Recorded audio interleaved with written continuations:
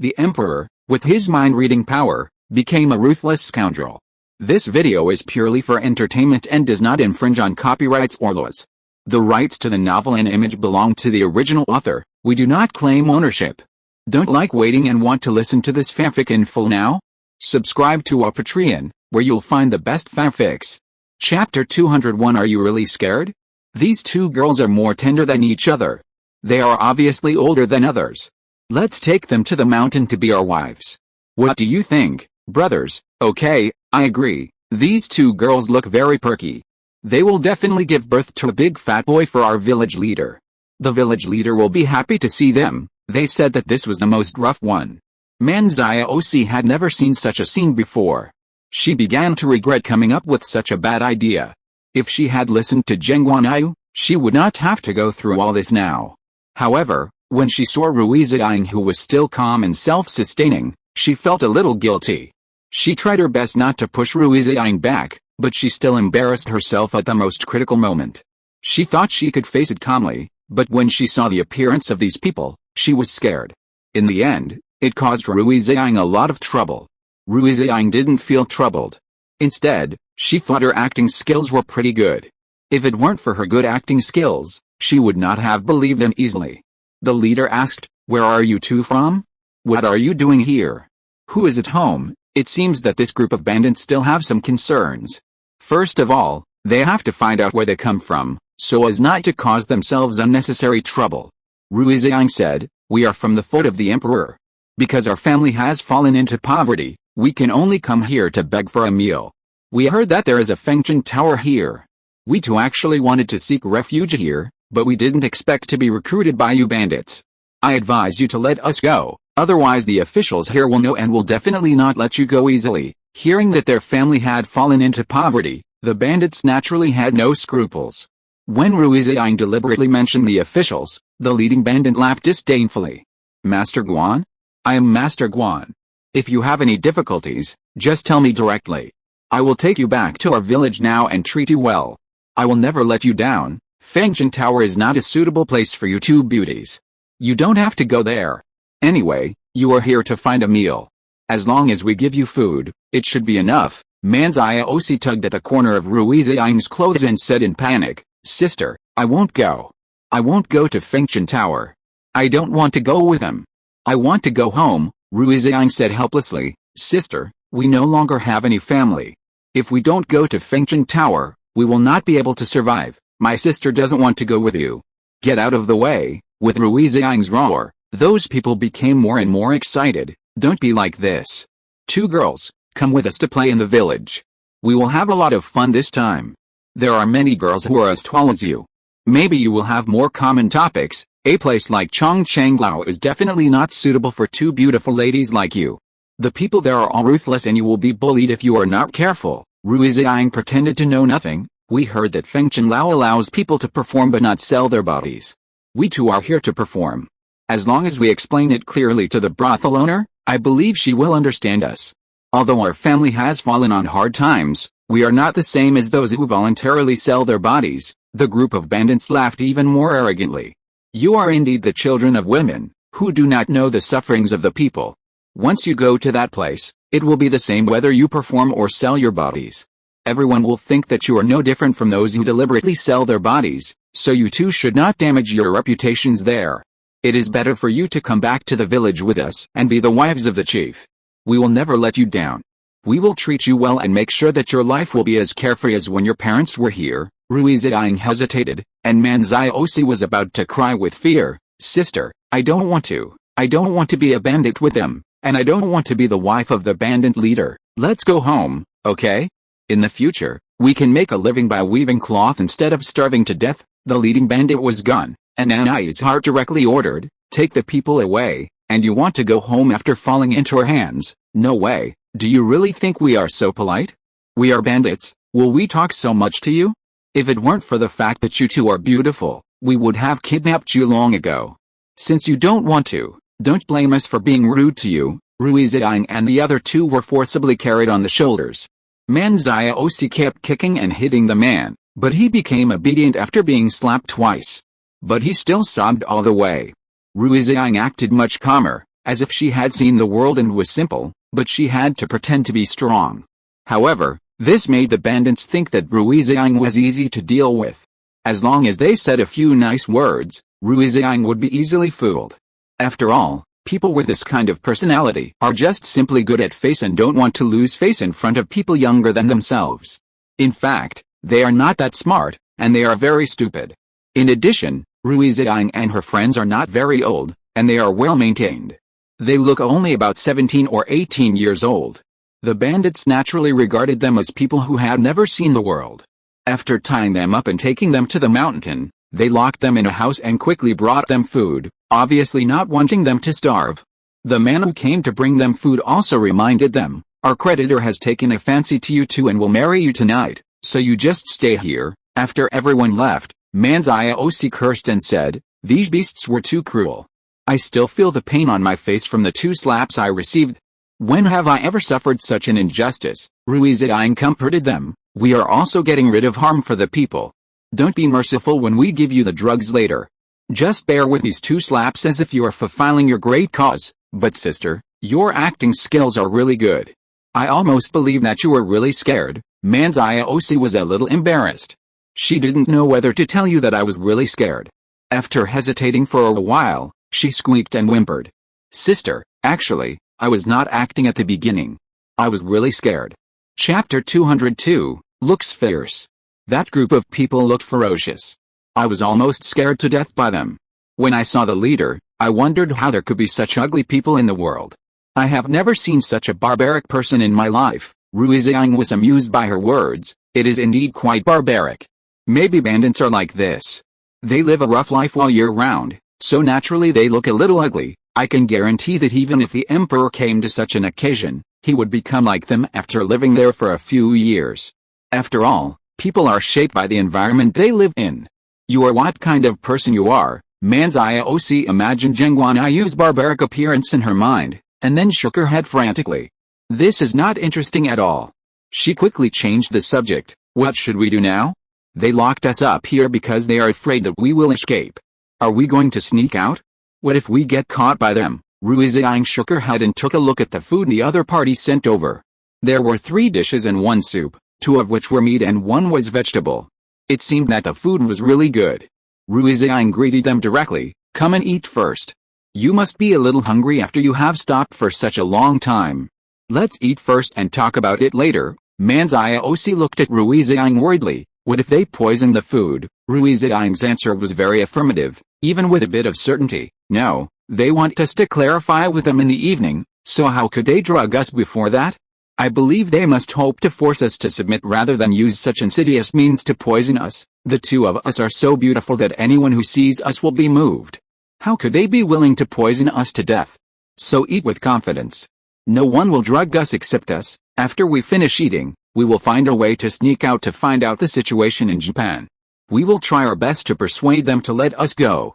In this way, we can also take the opportunity to let them introduce us. By the way, ask how many swearers there are on this mountain, but leave these things to me. You just need to continue to pretend to be scared and a little reluctant. Manzioc nodded, probably knowing what Rui Ziying was going to do, and began to eat big mouthfuls of food.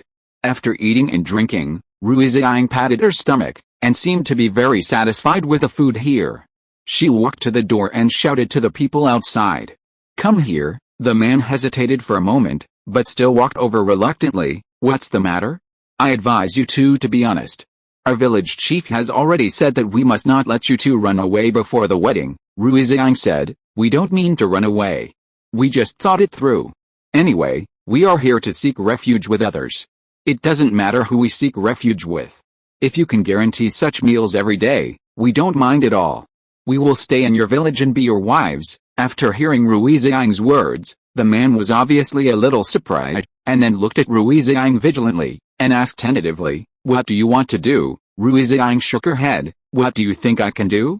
We have been found by you in your territory now, because it is impossible for the 2 of us to run away. In this case, why bother to struggle in vain? It is better to stay here honestly." The man thought it made sense. There were so many people on Loin Mountain. If they could let 2 women escape under their watchful eyes, then there was no need for them, the bandits, to stay any longer. I want to see your village chief. Rui Ziying stated her purpose directly, and she could guarantee that the man in front of her would agree to her request. Sure enough, the man agreed without any hesitation. Wait, I'm going to tell the village chief that you have figured it out. Soon the village chief of Loan Mountain came, glanced at Rui Ziying, and then said, finally figured it out. Rui Ziying nodded. Anyway, we can't lie down if we fall into your hands. In this case, we might as well stay here and struggle in vain. It's useless and maybe a waste of effort, but there are also requirements for us to stay in your mountain village.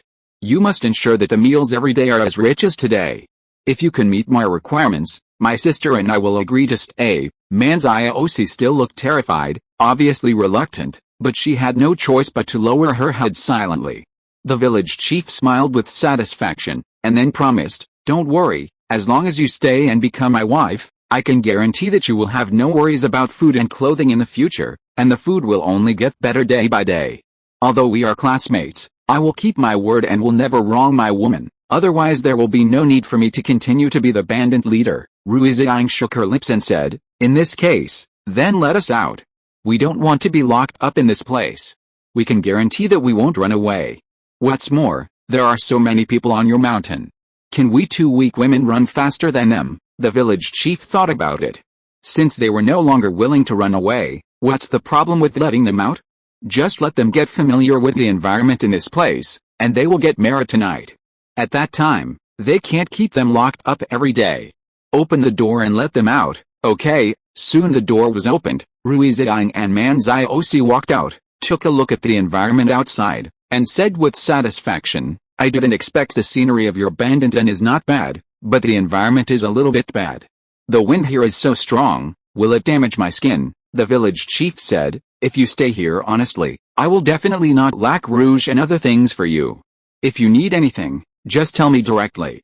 I will never let you suffer any grievances as long as you don't run away. Rui Ziying said frankly, after we get married tonight, you will be my husband, and I will naturally not run away.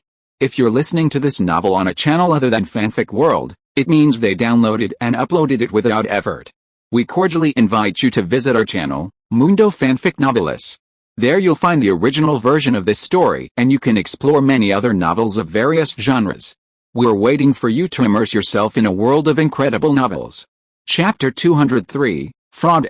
The village chief laughed and admired Rui Ziying more and more. Not bad, not bad, I like to hear that. You two girls are really interesting. You are worthy of being from a wealthy family and you are really reasonable. It is said that a man of insight is a hero. If you two don't obey, I originally planned to lock you up in this place until you have a child and give birth to it. After all, a woman will be restrained after having a child. At that time, even if you want to run away, you will find a way to take the child with you, but the child is a burden to you. It is almost impossible to escape under minnows instead of the child. Now that you two are obedient, this series of things has been saved, and I don't need to worry about it anymore. You may run away from under minnows at any time. As long as you stay honestly, I guarantee that I will not let you suffer any grievances. Although I am a bandit and my reputation is not very good, I guarantee that I will not give you less of what I promised you, Manziosi said with tears in her eyes, but the bandits are so scary. Sister, why do we have to stay here? They just beat me, Rui Ziying immediately said. Just now your brother slapped my sister twice. If you really want to marry us, you can, but I must get back the debt of these 2 slaps, the village chief said admiringly. I didn't expect you to have a personality. Which of my brothers hit you? Your sister. I will ask someone to bring that person here now. You can give him 2 slaps in front of me. I can guarantee that my brother will never fight back. Soon the village chief brought the person who slapped Manziosi twice. That person apologized to Rui Ziying with a smile and said a few words of pleading, but Rui Ziying never showed any sign of being soft-hearted. She raised her hand and slapped her twice, and her hand was particularly cruel. Seeing this scene, the village chief couldn't help but raise his eyebrows. He admired Rui Ziying even more. A woman who was so decisive was worthy of his status. After that, the village of Loyan Mountain was considered to have a master. He must protect himself and his woman at all costs. He really hasn't seen someone as charming as Rui Ziying for a long time. Although he brought a few women to the mountain before, those women were half dead and didn't know the situation at all. Those people either sought death by making trouble and were killed by his brothers, or they hit their heads against the wall. In short, there were all kinds of people who died, but no one was really willing to stay. People like Rui Ziying were rare and precious. After Rui Ziying slapped the man twice, she said, "You just slapped my sister twice, and I have taken it back now. From now on, we will meet each other every day. I will be your village chief's wife soon, so you must not bear a grudge against me." The man hurriedly said, "How dare I?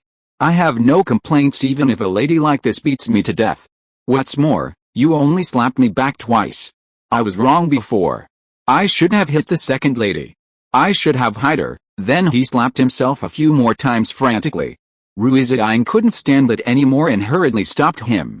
"Okay, since I've already beaten you, there's no need for you to continue to hurt yourself. Go down first. I still have something to say to your village chief." After the man left, Rui Ziying said, "Now that we have avenged our revenge, can you please not let anyone follow us? My sister is a little scared. I can guarantee that we won't run away. Besides, aren't there people guarding the place where you go down the mountain? Even if we want to run, we don't have the chance." Manziosi cried and was obviously scared. The village chief agreed. There were also some requests to let the two of them move around freely in the village, but they must come back to get married before dark. So Rui Ziying and Manziosi wandered around here in a swagger and soon became familiar with the situation here. After returning to the room, they found paper and pen and drew out the location in geography. But the most important thing at the moment is to send the things down the mountain first, and Rui Ziying and the others naturally can't do this, but because they had anticipated this a long time ago, Rui Ziying has a good way. Because they were going to get married in the evening, someone would definitely go down the mountain to prepare some things needed for the wedding. Rui Ziying quickly figured out who was in charge of all this, and found that person and said to him, "Can you bring some snacks up for us? After all, it's my sister and I's wedding. I want to try some of the local specialties. The village owner will definitely not let us go down the mountain, and we have to wait a long time to eat these things." The man nodded in agreement without even thinking about it. "Since it's what a village owner's wife wants to eat, then just tell me what you want to eat," Rui Ziying said. "Do you know how to read?" The man shook his head. "I haven't been to school and I don't know how to read, but I have a good memory. As long as you tell me, I can guarantee that I can remember everything," Rui Ziying said. "I have written a list. The things in it are my sister and I's favorite foods. You take this list to the seller, and that person will know what we want to eat and give it to you. I also want to tell you directly, but I'm afraid you will forget it. After all, you still need to buy things for our wedding ceremony. I won't bother you. You just need to bring the things up for us." That person didn't expect Rui Ziying to be so considerate and casual. He didn't recognize a single word on the paper, so he agreed and chose to do it obediently. When he was going down the mountain, he couldn't help but mutter that Rui Ziying and the others were so careful that they actually drew the appearance of those foods. It's just that he had never seen these things before, so naturally he couldn't recognize them. But in fact, those were all maps drawn by Rui Ziying, and the stranger mistook them for various snacks. Because he always felt in his heart that Rui Ziying and the others were wealthy after all, and the food they ate was naturally not too simple, so it was normal for them to look unique. Chapter 204 Her wisdom is unrivaled. So he took the map and went down without any thought. Soon after he went down the mountain, he was spotted by Geng Guanyu and his friends. After the man walked to a remote place, Geng Guanyu walked over and knocked him unconscious with a knife. Then he took the thing in his hand, took a casual look, and was relieved after confirming that it was the map drawn by Rui Ziying. They had been lying in ambush here for a long time and had been worried about the situation of Rui Ziying and her friends. Until this moment, Sister Zhuan's mood always fell. It seems that their plan went smoothly and successfully sent the investment down. If it was not smooth enough, Rui Ziying would definitely not be able to send the things down. Rui Ziying's wisdom is indeed not comparable to that of ordinary people. If he could not hear Rui Ziying's inner thoughts and ideas, he would probably go crazy. He really didn't trust Rui Ziying to go to the bandit's nest alone. But since Rui Ziying and her friends were all going well, he naturally had nothing to worry about. "Are the drugs you gave enough? I think you gave only a little bit. What if they just knocked out the people?" Mu Huanshan said confidently. "Although the amount is not much, the effect is definitely strong. Don't look at my package of things, which is only a little bit, but as long as it is put into their food, even if you are the emperor, you will be confused after drinking the drugged wine." Seeing him so sure, Geng Guanyu finally put his mind at ease. Mu Huanshan's medical skills and strength are here, and his words are 80% credible. In this case, let's act. After they made a plan yesterday, Rui Ziying wrote a letter to her father. Because this place is not far from the military camp where her father is, when Rui Ziying and her friends were just taken away by the bandits, Rui Ziying's father's people had already felt this place and completely listened to Geng Guanyu's call. Now that the things are in hand, the next step is to wait until night, when it's late at night and everyone is asleep. After Rui Ziying and her friends succeed, they can rush up the mountain and catch those people in one fell swoop. Master Guan was even more excited than Geng Guanyu and the others. After all, he had suppressed bandits so many times, but he had never succeeded once. Now the people sent by the emperor were going to take action, and how could he not be excited? What made him even more excited was that the person who led the troops was General Rui Ziying, who had been guarding the border all year round. This was an invincible existence. The person that everyone admired the most. He wanted to treat those officers and soldiers to come in for a good meal, but was rejected because they could not be exposed in front of the people, so naturally they could not come to him to eat with great fanfare. They sneaked in from the north gate without attracting anyone's attention. Now they are hiding in a deserted house. As long as Geng Guanyu gives orders, they will take action. As the sky gradually darkened, Rui Ziying and the others had to go back to the house and put on their red wedding dresses obediently. Manzai fiddled with her clothes casually and said with a smile, "I never thought that I would have the opportunity to wear this wedding dress in my life. Although I didn't marry the person I like, it was also very rare," Rui Ziying said calmly. "Every girl has the opportunity to wear a wedding dress. When you get married in the future, you will definitely be more beautiful than now. Sister, don't laugh at me. How can we drug them now? They asked us to stay in the room and not let us go out," Rui Ziying said indifferently. "You just watch me later. After changing clothes, the bride must stay in the room and cannot see anyone. She must wait until the next day after the wedding night to see the groom's family. This is a habit in almost every place. But Rui Ziying will persuade the village chief not to have this broken habit. The village chief seems to be particularly doting on Rui Ziying." After listening to Rui Ziying's request, he agreed to it without any hesitation and said, "You are worthy of being my woman. Other women are so shy that they would be trembling with fear in their rooms by now, but you can still come here to negotiate with me. In this case, I will meet your request. You don't have to wear the veil when we get married later. Let my brother see you directly." Rui Ziying nodded in agreement. "Of course, I can, but the wedding will take a long time. Can I go to the kitchen to find something to eat? I'm afraid I'll be hungry later," the village chief said. "Since you don't have to wear the veil anymore, what's wrong with you and my brother sitting together to eat and drink later? I have specially prepared a lot of food to entertain my brothers. I'll have someone send it to your room later." Rui Ziying nodded in agreement, but still said, My sister is a little nervous and wants to eat the snacks made at home. But our house is in the middle of the road, and no one can make that skill anymore. So I decided to go to the kitchen to learn and see if I can make it myself," the village chief said very considerately. "Let the kitchen make it. Just tell them what it looks like and then have them send it over. If they can't make it, then have someone go down the mountain to buy it." Rui Ziying refused directly. "Don't bother, I'll go by myself. I won't do it, I'll just tell the chef how to do it." Since Rui Ziying insisted, the village chief naturally didn't know what to say, so he agreed directly with Rui Ziying's statement and asked them to go to the kitchen to find the chef. Rui Ziying and the chef described the appearance and taste of the snack they wanted, as well as the ingredients for making it. This really embarrassed the chef. He has been a chef for such a long time, but because most of the people in the mountains are rough, almost no one eats the snacks that girls like to eat, and Rui Ziying's description is very troublesome, and it will take a while to make it. He can only honestly write down everything Rui Ziying said, try to study it carefully, and try to make the food before tomorrow, otherwise if the village chief blames him, he will probably be beaten. Rui Ziying and Manzai took this opportunity to put the medicine powder given by Mu Huanshan into the wine jars placed nearby. After making sure that every wine jar was filled with medicine, they breathed a sigh of relief and threw the paper bag into the burning stove, letting the fire burn the paper. Chapter 205 The Queen's Contribution. By the time the chef finally wrote down everything Rui Ziying said, Rui Ziying and the others had succeeded. So they left without stopping. The village chief finally felt relieved when he saw the two of them coming back. He agreed to let them go just to give them a chance and see if they were really willing to stay here. Now they are back, and they don't seem to be unwilling. It seems that they really plan to stay here as wives. Girls like this are really rare. She secretly swore in her heart that she would treat them well after the wedding. He also has a younger brother who married Man Ziying. Before the wedding, Rui Ziying once again made a request. Today is definitely our big day. I think it's necessary to toast all the brothers.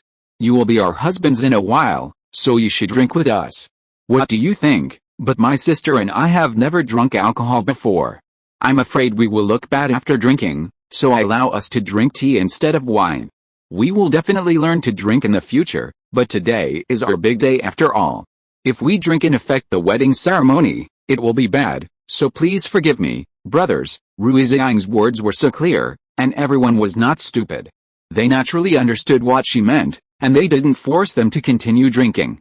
Instead, they raised their glasses and drank a glass with Rui Ziying and the others. The first and second village chiefs showed a look of relief on their faces. Sure enough, they didn't make a mistake. Rui Ziying could really take on the responsibility. When Rui Ziying became the legitimate wife of the village, life in the village would definitely get better and better. Thinking that their lives would get better and better in the future, they quickly finished the cups and wanted to continue the wedding ceremony.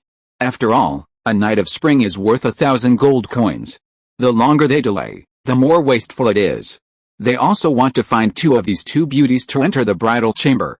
If it weren't for the completion of the ceremony, they would have been unable to hold back and pull the two young ladies into the bridal chamber during the day. Now that they have finally waited for the moment of wedding ceremony, they naturally don't want to waste any time. After drinking all the wine, Rui Ziying and Man Ziying looked at each other and waited for the drug to take effect. Mu Huanshan said that it would take a few minutes for the drug to take effect. After a few minutes, they would all fall down. Although it would not work immediately, it was more than enough for Rui Ziying to delay for a few minutes. People in this era attach great importance to the concept of wedding ceremony. As long as it is not a moment of wedding ceremony, it doesn't matter. But once that moment comes, they can only think that they are destined to be with that person. So Rui Ziying didn't really care about the wedding ceremony, but Man Ziying was a person of this era and still maintained the ideas of this era. She naturally couldn't let her suffer any grievances. So she couldn't help but say something nonsense. I will be the wife of the village chief in your village in the future. You must listen to me carefully. I am not as easy to mess with as you think. Although I am weak and may not be your opponent in fighting, I am quite fierce, and my husband is the village chief in your village. If you dare to bully me, my project will never let you go easily. So you'd better be a little leisurely in front of me, especially don't bully my sister. She is timid and any small movement can scare her. Try to be quiet at night. In this short day, everyone has already understood Man Ziying's personality. She is a crybaby and can be easily scared by anything. She is completely different from Rui Ziying. Rui Ziying is a stronger person, and she is courageous and knowledgeable. Man Ziying, on the contrary, was like a coward who is well protected by her sister, but she could not do anything and could only rely on her sister. The second village chief was not very interested in such a woman. He still liked Rui Ziying's personality more, but Rui Ziying had already been promised to her own brother, and he could not compete with his own brother for a woman. Although Man Ziying was not very pleasing in terms of courage, she was good-looking after all, so he barely accepted it. After living with his brothers in the village for such a long time, he could not remember how long he had not seen a woman, so now he could not help but get excited when he saw a woman. Man Ziying also said with all the courage she mustered, I also have a husband, and I have a sister. My sister is not easy to mess with. You must not bully me, otherwise I will cry. Everyone couldn't help laughing and teasing each other, and they didn't mean to continue to embarrass them. Rui Ziying felt that the time was about right. Seeing that some people were exhausted and slowly fell down, Rui Ziying was too lazy to continue pretending. She said to Man Ziying, Sister, your personality is not suitable to stay in this kind of mountain village and be the wife of the leader. I think we should go down the mountain and find another good man. Being a bandit's wife is not something to be proud of. You may be criticized in the future. The village chief was about to ask Rui Ziying what she meant, but he felt black in front of his eyes, dizzy and dazed. He could not control his body at all. He felt limp all over and fell to the ground slowly. He realized that he might have been tricked. After everyone fell down, Rui Ziying raised the corner of her lips nonchalantly, took out the fireworks that had been prepared long ago, walked outside the house and set them off in the sky. Soon the men heard the noise and rushed up with the soldiers. When Geng Guanyu confirmed that Rui Ziying was safe, he finally breathed a sigh of relief and quickly had the bandits tied up. This plan was very successful. The queen has made an indelible contribution. Thank you too for your hard work, Rui Ziying said casually. It wasn't very hard, but the imperial concubine was very tired. She played a role with me for such a long time, and she kept pretending to be a weak and powerless little woman crying. I guess she was about to cry. It was really hard to endure this day. Fortunately, these bandits are not very smart and have no defense against us. Chapter 206, Used to Freedom. Rui Ziying couldn't help but look at the main person. At a glance, this man was very loyal. If he hadn't cooperated so much, then her plan would not have gone so smoothly. At least from today's interactions, it can be seen that this village chief is still quite loyal. The reason why he came here to be a bandit is probably just because he was in danger of losing his life, and he had to make such a choice for his brothers to have enough food. It's a pity that his brothers who are not very loyal actually bullied the people at will, which also led to the current situation. If he had managed his men well, he would not have ended up like this.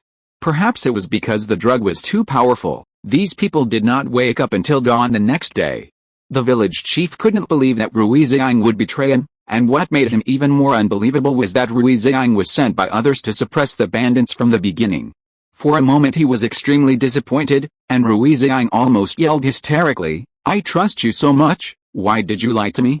We have only been together for one day, but how have I ever let you down?" Geng Guanyu said coldly, "You haven't done anything wrong to her.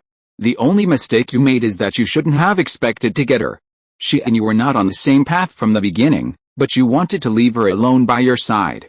It's really wishful thinking," Rui Ziying said calmly. "You really haven't done anything wrong to me, and I had a lot of fun here with you today, but there is one thing I must tell you, that is, my purpose of going up the mountain from the beginning was to annihilate you, so there is no possibility between us two." The village chief was extremely disappointed. "I don't blame you for bringing people to hurt my brothers, but you lied to me, which is really hard for me to accept. I thought I had found the person who could stay with me forever. Your resourcefulness makes me admire you very much. I have even thought about how many children we will have in the future." This sentence completely infuriated Geng Guanyu, and he punched him without hesitation. "Want to have a child with her? You don't even consider whether you are worthy of her. With your current character, how can you be worthy of her? I advise you not to have any wishful thinking. Since you have fallen into my hands, I will give you two choices. First, surrender to my army. Second, I will kill you." In fact, Geng Guanyu really wanted to kill him and didn't want to give him a chance to choose. However, in front of so many people, he couldn't act on impulse. He still had to give them the choice. If these bandits were willing to surrender, it would be a great help to them. However, the village chief turned his head away, sneered and said, "It is impossible to make us surrender.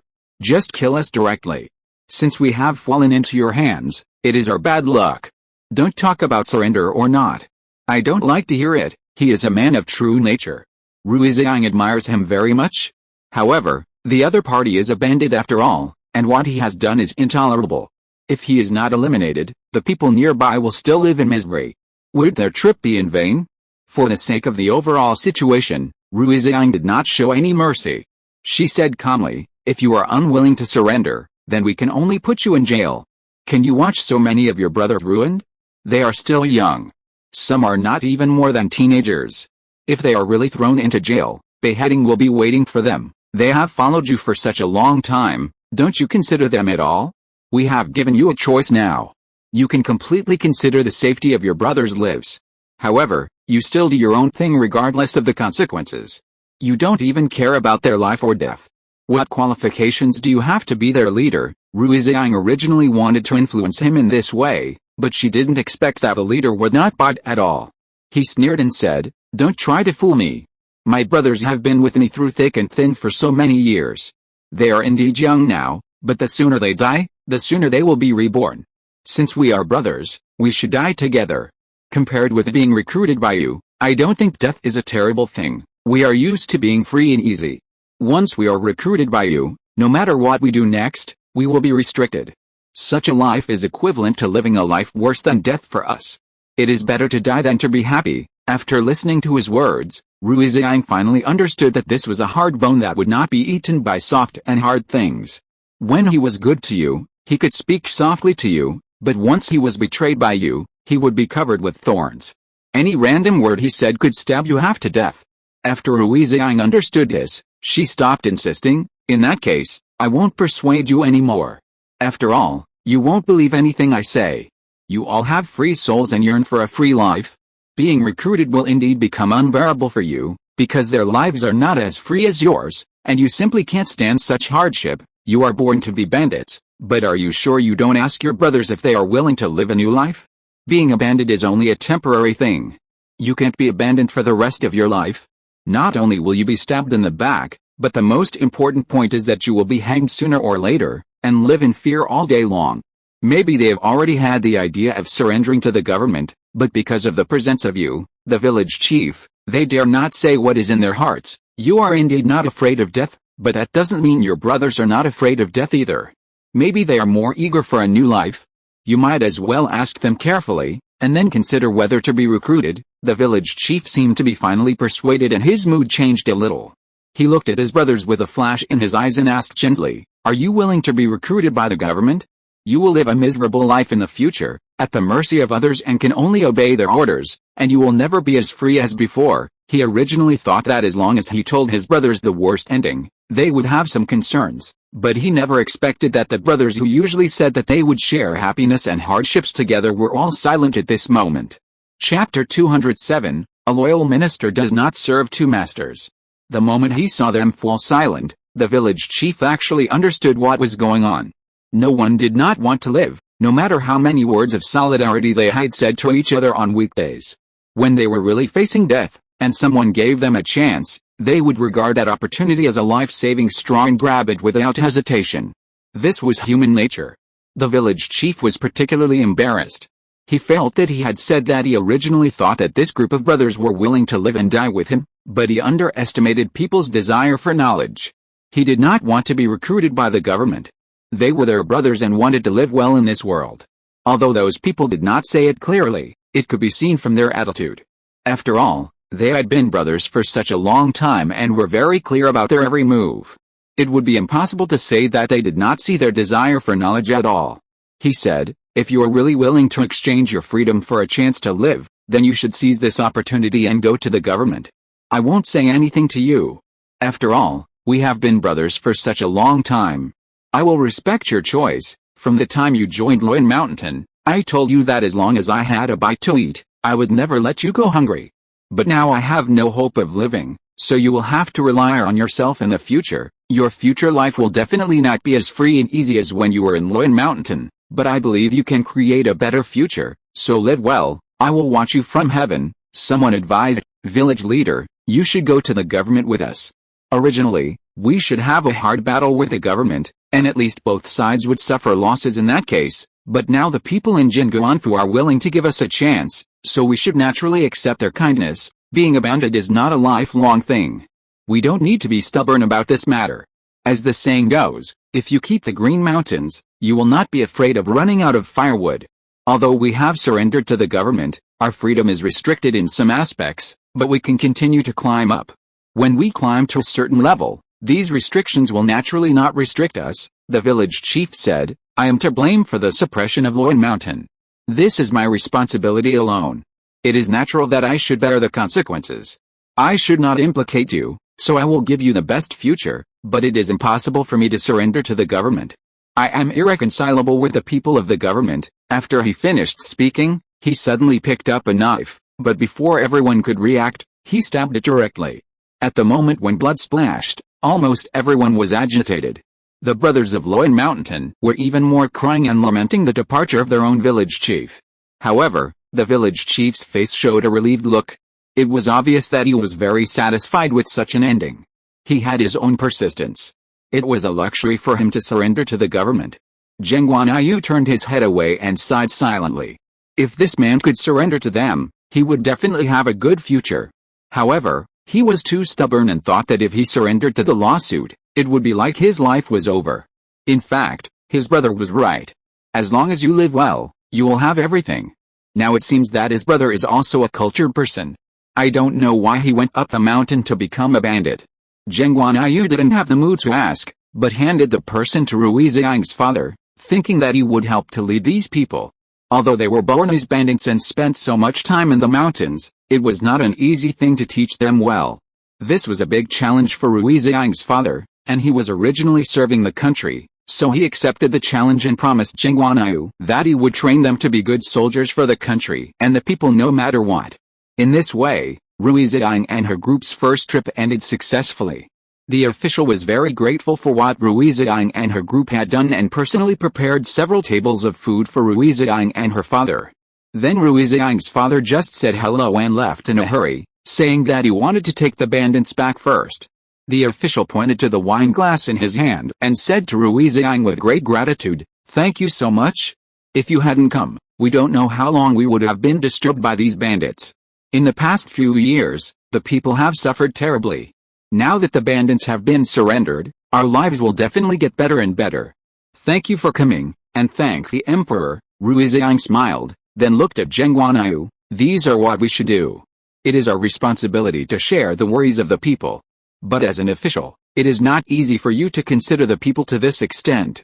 After you go back with us, I will report this matter to the Emperor and strive to get the Emperor to promote you to higher levels so that you can serve more people," the official said nonchalantly. "In fact, there is no need. I have reached this age. I don't know how many more years I can fight for the country. Let's give better opportunities to those young people. I believe that the younger generation will have more outstanding people than me, and it's actually good for me to be a carefree official in this small town. The people love to take me with them, and I also love to treat my people. There will be no bandits to disturb me. I can create a better town with them, and make our lives more wonderful." It is not easy for the official to have such awareness. Even Rui Ziying admires him very much. "I believe that the Emperor will never treat loyal ministers like you unfairly, so even if we don't tell him about this matter and don't ask for credit from you in front of him, the Emperor will never let you suffer any grievances. Moreover, there are so many people suffering in places you can't see. You can climb up to make everyone live a better life. The Emperor has just taken office for a short time, and there are relatively many jackals and tigers in the court to deal with. If there are no loyal ministers like you to help take care of the people, then the people's life will definitely be more difficult." Chapter 208 The Emperor's Favor. The official obviously understood this, so his expression immediately became serious, as if he was going to continue to share the worries of the people. "If I can get the favor of the Emperor, it would be great. It is also my blessing to share the worries of the Emperor." Although he felt that he was old and some things were more suitable for young people to do, serving the country was the responsibility of everyone. If the Emperor was really willing to give this heavy burden to him, he would naturally hold his head high and shoulder everything.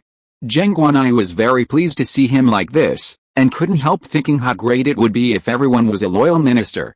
Rui Ziying saw his thoughts and added directly, "There will always be people who are traitors." This sentence was right, and Geng Guanyu had nothing to refute. After eating and drinking enough, and resting for a night, they decided to go to the second place. The official looked at them reluctantly. "Benefactor, can you tell me your names? If one day I am really valued by the Emperor and have the honor to serve in the court, I will definitely repay you." Rui Ziying waved her hand. "When that day really comes, you don't need to know our names. After all, we met in Chaoshan, and you can see us directly then." So the official has been guessing which famous female official is in the court. It seems that he has never heard of a female official in the court who can directly work for the Emperor. Geng Guanyu had heard about gender equality before. The place where he stayed was not too remote, so he had heard of it a little, but he really hadn't heard of any female official that the male protagonist really valued. From the beginning to the end, no woman could appear in the court. There was no special reason for being given an important position, so it was natural that men were superior to women. Women were still weaker than men in this era, at least in the eyes of men. In fact, he had already vaguely had a bold guess in his heart, but that guess was too incredible for him, and he didn't dare to believe that his guess was true. The second place that Rui Ziying and the others went to was a little far from the first place. It took them a whole morning to finally reach their destination. What happened here also made the male protagonist the most angry. The officials in this place bully the lower ones, relying on their high official positions to do whatever they want. Almost every month, They ask officials lower than him to send him 2 beautiful girls. And the 2 girls are very young. This habit has lasted for 3 or 4 years, and the officials below are miserable and the people are even more resentful. But no one cares about the people above, which has led to the pervert becoming more and more willful and reckless. Now he has almost no scruples, because he is sure that no one will care about his idle affairs. As long as he manages the relationship between the upper and lower levels, his ugly deeds will not be spread out, nor will they be discovered by the emperor. At that time, not only can his fetish be satisfied to a certain extent, but the most important point is that he will not have to accept any punishment, and continue to take the salary given by the court to bully those innocent girls. There are 3 local officials in this area. Although they are not patriotic, they cannot watch such things happen. In particular, there is a young man who just took office this year. It has not been a few months. After this incident, he has been sued many times in succession, but each time he was beaten back by the people above. And he was targeted by the perverted official, who warned him to be honest, otherwise he would let him roll out of his current position. But the young man was not so easy to mess with. Although he was threatened, he did not compromise. Instead, he kept sending letters to the higher-ups. For this reason, he was beaten up by the gangsters hired by that person. It is said that he lay in bed for 3 months. Rui Ziying gave birth to the prince. He found a new opportunity. He ignored his physical discomfort and forced to send a letter to the court. Sure enough, the letter he sent finally reached the hands of the hero, and those poor girls were finally liberated. On the way, Rui Ziying couldn't help asking, "How are you going to deal with that court official? Such a scum of the court should be beheaded and shown to the public, and the families of those girls should be treated fairly and justly. It's a pity that the damage caused by this bastard to those girls is irreparable for a lifetime. Those girls are ruined for life." Rui Ziying also felt very sorry, but there would be scum like this in any era, so it was reasonable for it to happen here. What's more, there were many people with 3 wives and 4 concubines. Some parents would send their daughters away without hesitation after receiving a certain amount of silver. It's just that the official's behavior is a little more unique and unscrupulous. If he restrained himself a little, it would definitely not have led to such an outcome. However, there is obviously a certain hidden reason that can make an official sit up there regardless of everything. The hidden place is not written in the letter. They now need to find that young official and ask him about the details. Make sure that the perverted official will not be let off easily. Because only one of the 3 officials has just taken office this year, it is not difficult for Rui Ziying to find him. After several inquiries, she soon found out where he lived and went there. Perhaps because of the struggles he had with the officials above, the official lived in a very remote and poor place. The environment can be said to be no different from that of a beggar. The house is shabby and has various power sources. Even when the wind blows in, you can hear a strange sound, which makes people creepy. When Geng Guanyu saw this living environment, he couldn't help but frowning. It made him even more uncomfortable. As a local official, most people would say that this was excessive, but this official didn't even have a good servant. There was only a little girl in the whole house who took care of him personally, and it was said that she was his biological sister. Chapter 209 The Most Embarrassed Court Official. A local official ended up like this, not only because he was targeted by his superiors, but more importantly, he was very honest and did not covet any benefits from the common people. Such loyalty is rare, so Geng Guanyu was even more angry about what that person did. When the little girl saw 4 people standing outside the door, she took a step back in fear, looked at them with panic, and said tremblingly, "Who are you?" She was worried that the official had sent someone to cause trouble for her brother again. After all, she didn't know how many times this month had happened. Every time they came, they would smash and destroy all the few remaining furniture in the house, and looted all the only valuable things in the house. Now they can't afford to eat, so the little girl's face was pale and thin from hunger, and it was obvious that she had no nutrition. Geng Guanyu was about to speak when he was stopped by Rui Ziying, who said gently, "We are officials sent by the court.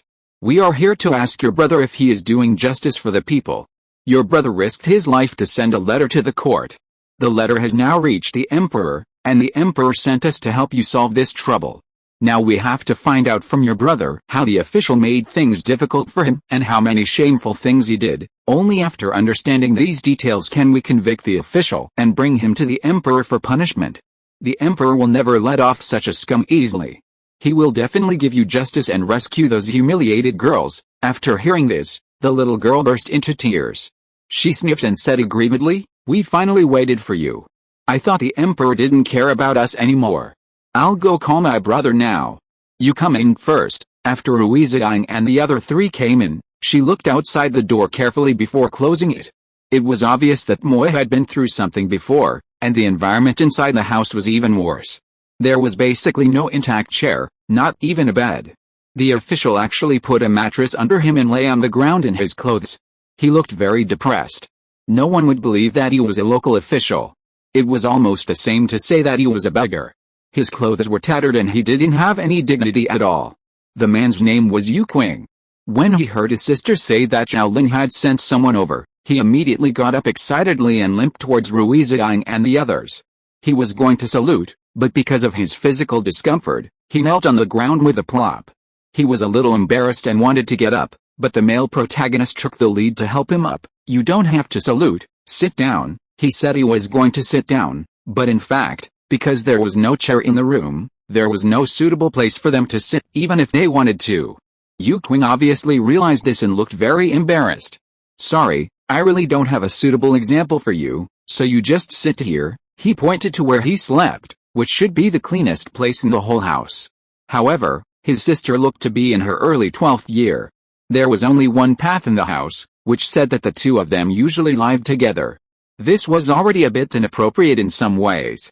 But given their current living environment, what else could they do if they didn't live together? How could they care about the difference between men and women? He had to go to work every day and could only live in another shabby place after returning. Sometimes he would be intercepted on the way to work and endure humiliation before he could safely go to where he was just now. He had endured such days for several months. Since he discovered the evil deeds of that person, he had been harassed like this all day long. Now he was miserable, but the people above didn't care about him and there was nothing he could do. He could only watch that person become more and more arrogant. Rui Ziying and the others shook their heads, and they all wanted to sit down. Yu Qing did not embarrass them. After all, his place was indeed a bit dirty and messy. Because of his physical discomfort and his younger sister's young age, he could not let his younger sister clean the whole house. It was actually very good like now. At least there was no dust on the ground. Rui Ziying also realized this, so she did it directly after 1,100 steps, and the male protagonist did it without hesitation. Yu Qing's eyes flashed, but he did not dissuade them. After all, he had no better conditions, so he just sat on the ground with them. Mu Huanshan walked over to help him check his body, and just as he reached out, Yu Qing was startled and put his hands behind his back. Mu Huanshan explained awkwardly, "I'm a doctor, I want to check your body, don't be too nervous." Rui Ziying also hurriedly explained, "Because the emperor sent us to solve some problems of local officials. This time the emperor received a lot of letters, and also knew that there are many people who can't live a good life in places you can't see, so he specially sent us out to help you solve the problem.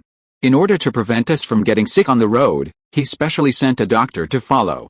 His medical skills are quite good. You can let him help you, maybe you can recover earlier." After hearing this, Yu Qing finally let go of the leverage in his heart and stretched out his hand obediently. If he could recover earlier, it would be a good thing for him. His old injuries have not healed yet, and he has new injuries on his body. There is no time to recover completely. Moreover, his family does not have enough money to buy medicine. Although the officials above can't directly let him go, they will use this method to keep making things difficult for him, so that he can't stand it in this place and asks to leave. In that case, his goal would be achieved, and Yu Qingshan didn't want him to succeed. No matter how difficult and harsh the environment he was in, he still gritted his teeth and persisted. Every time the anger from the court came down, it was taken away by the other party before it reached him. He and his sister could only rely on the help of the surrounding neighbors to live a good life. If you're listening to this novel on a channel other than Fanfic World, it means they downloaded and uploaded it without effort. We cordially invite you to visit our channel, Mundo Fanfic Novelis. There you'll find the original version of this story and you can explore many other novels of various genres. We're waiting for you to immerse yourself in a world of incredible novels. Chapter 210 Heading to the second location. Although the other two officials couldn't stand it, they just looked helpless about this matter. Some people even advised him to compromise and stop fighting with the imperial envoy. This would not benefit him in any way, but might make things more difficult for him. But he has always been very stubborn.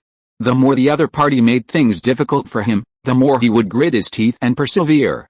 He didn't believe that he would lose so badly. Sooner or later, his chance would come. Isn't it coming now? Although he didn't have enough strength, he couldn't tolerate any sand in his eyes, and couldn't bear to see the suffering of the people. What that person did was worse than that of an animal. If he continued to let it go, there would be no telling how many innocent girls would suffer humiliation in this place. He also had a younger sister. Because his parents died, his sister grew up with him. If his younger sister was treated unfairly like that, he would definitely want to fight with that person. Therefore, as he had depended on his sister since childhood, he could better understand the helpless feelings of those girls. Therefore, he decided to report it to the court, so that the court would pay more attention to this matter and punish the official, so that the people here would have a better life and the girls would not have to worry.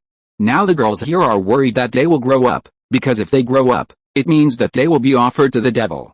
Once they fall into the hands of the devil, then life will definitely not be easy. Maybe they will commit suicide in less than half a month. Some girls will commit suicide when they can't stand it. Parents send their children to the hands of the devil safely, and then the devil returns them a cold corpse. Let me ask, which parent can endure such a separation? So every time someone comes to report to the court, he will feel particularly guilty when it happens, because he does not have enough ability to give them justice, but he is involved in this matter and his life is miserable. Fortunately, the people here can understand his difficulties. They know that he can't beat the people above. Although he has been in office for a short time, only a few months, he has done his best to relieve the people's worries in these few months. So even if he can't beat the people above, no one wants to blame him. Sometimes they still feel unwilling and ask him to help them to do justice, but they don't insist for long. After accepting this fact, they will not mention it again. But Yu Qing still feels uncomfortable in his life, not only because of his inability, but the most important point is that he must watch the girls under his jurisdiction being sent to the devil after they come of age. The most important point is that the devil seems to have targeted his sister recently. If it weren't for his different facts, I'm afraid his sister would have been killed long ago. Recently, he has been watching his sister very closely and almost never lets her go out alone, just for a fear that she will be targeted by the devil's people. However, even in this situation, their lives were in fear. As long as the devil did not receive retribution, they could not live in the sun and could only hide every day. He was always worried that his sister would be humiliated when he went on duty, so he often went out with his sister and took her to the place where he was on duty. But as his sister got older, it was already a bit inappropriate for them to get along so closely. If he took her with him every day, he would inevitably be gossiped about. In addition, when he encountered any danger on the road, he could not protect his sister at all with his current physical condition. Fortunately, the residents nearby also understood his difficulties and knew that he had been tortured by the devil to death in order to give them justice. So every time he was on the way, he would volunteer to protect him and his sister to the place where he was on duty. It was under the protection of the people that his sister was able to live safely until now without suffering any humiliation. Then he was always worried that such things would happen to his sister sooner or later, so he kept appealing to the court. On the one hand, it was for his sister, and on the other hand, it was naturally for those innocent girls to have a better future. People can only live once, and they should bloom their beauty to the fullest, instead of being picked like goods when they grow up like this.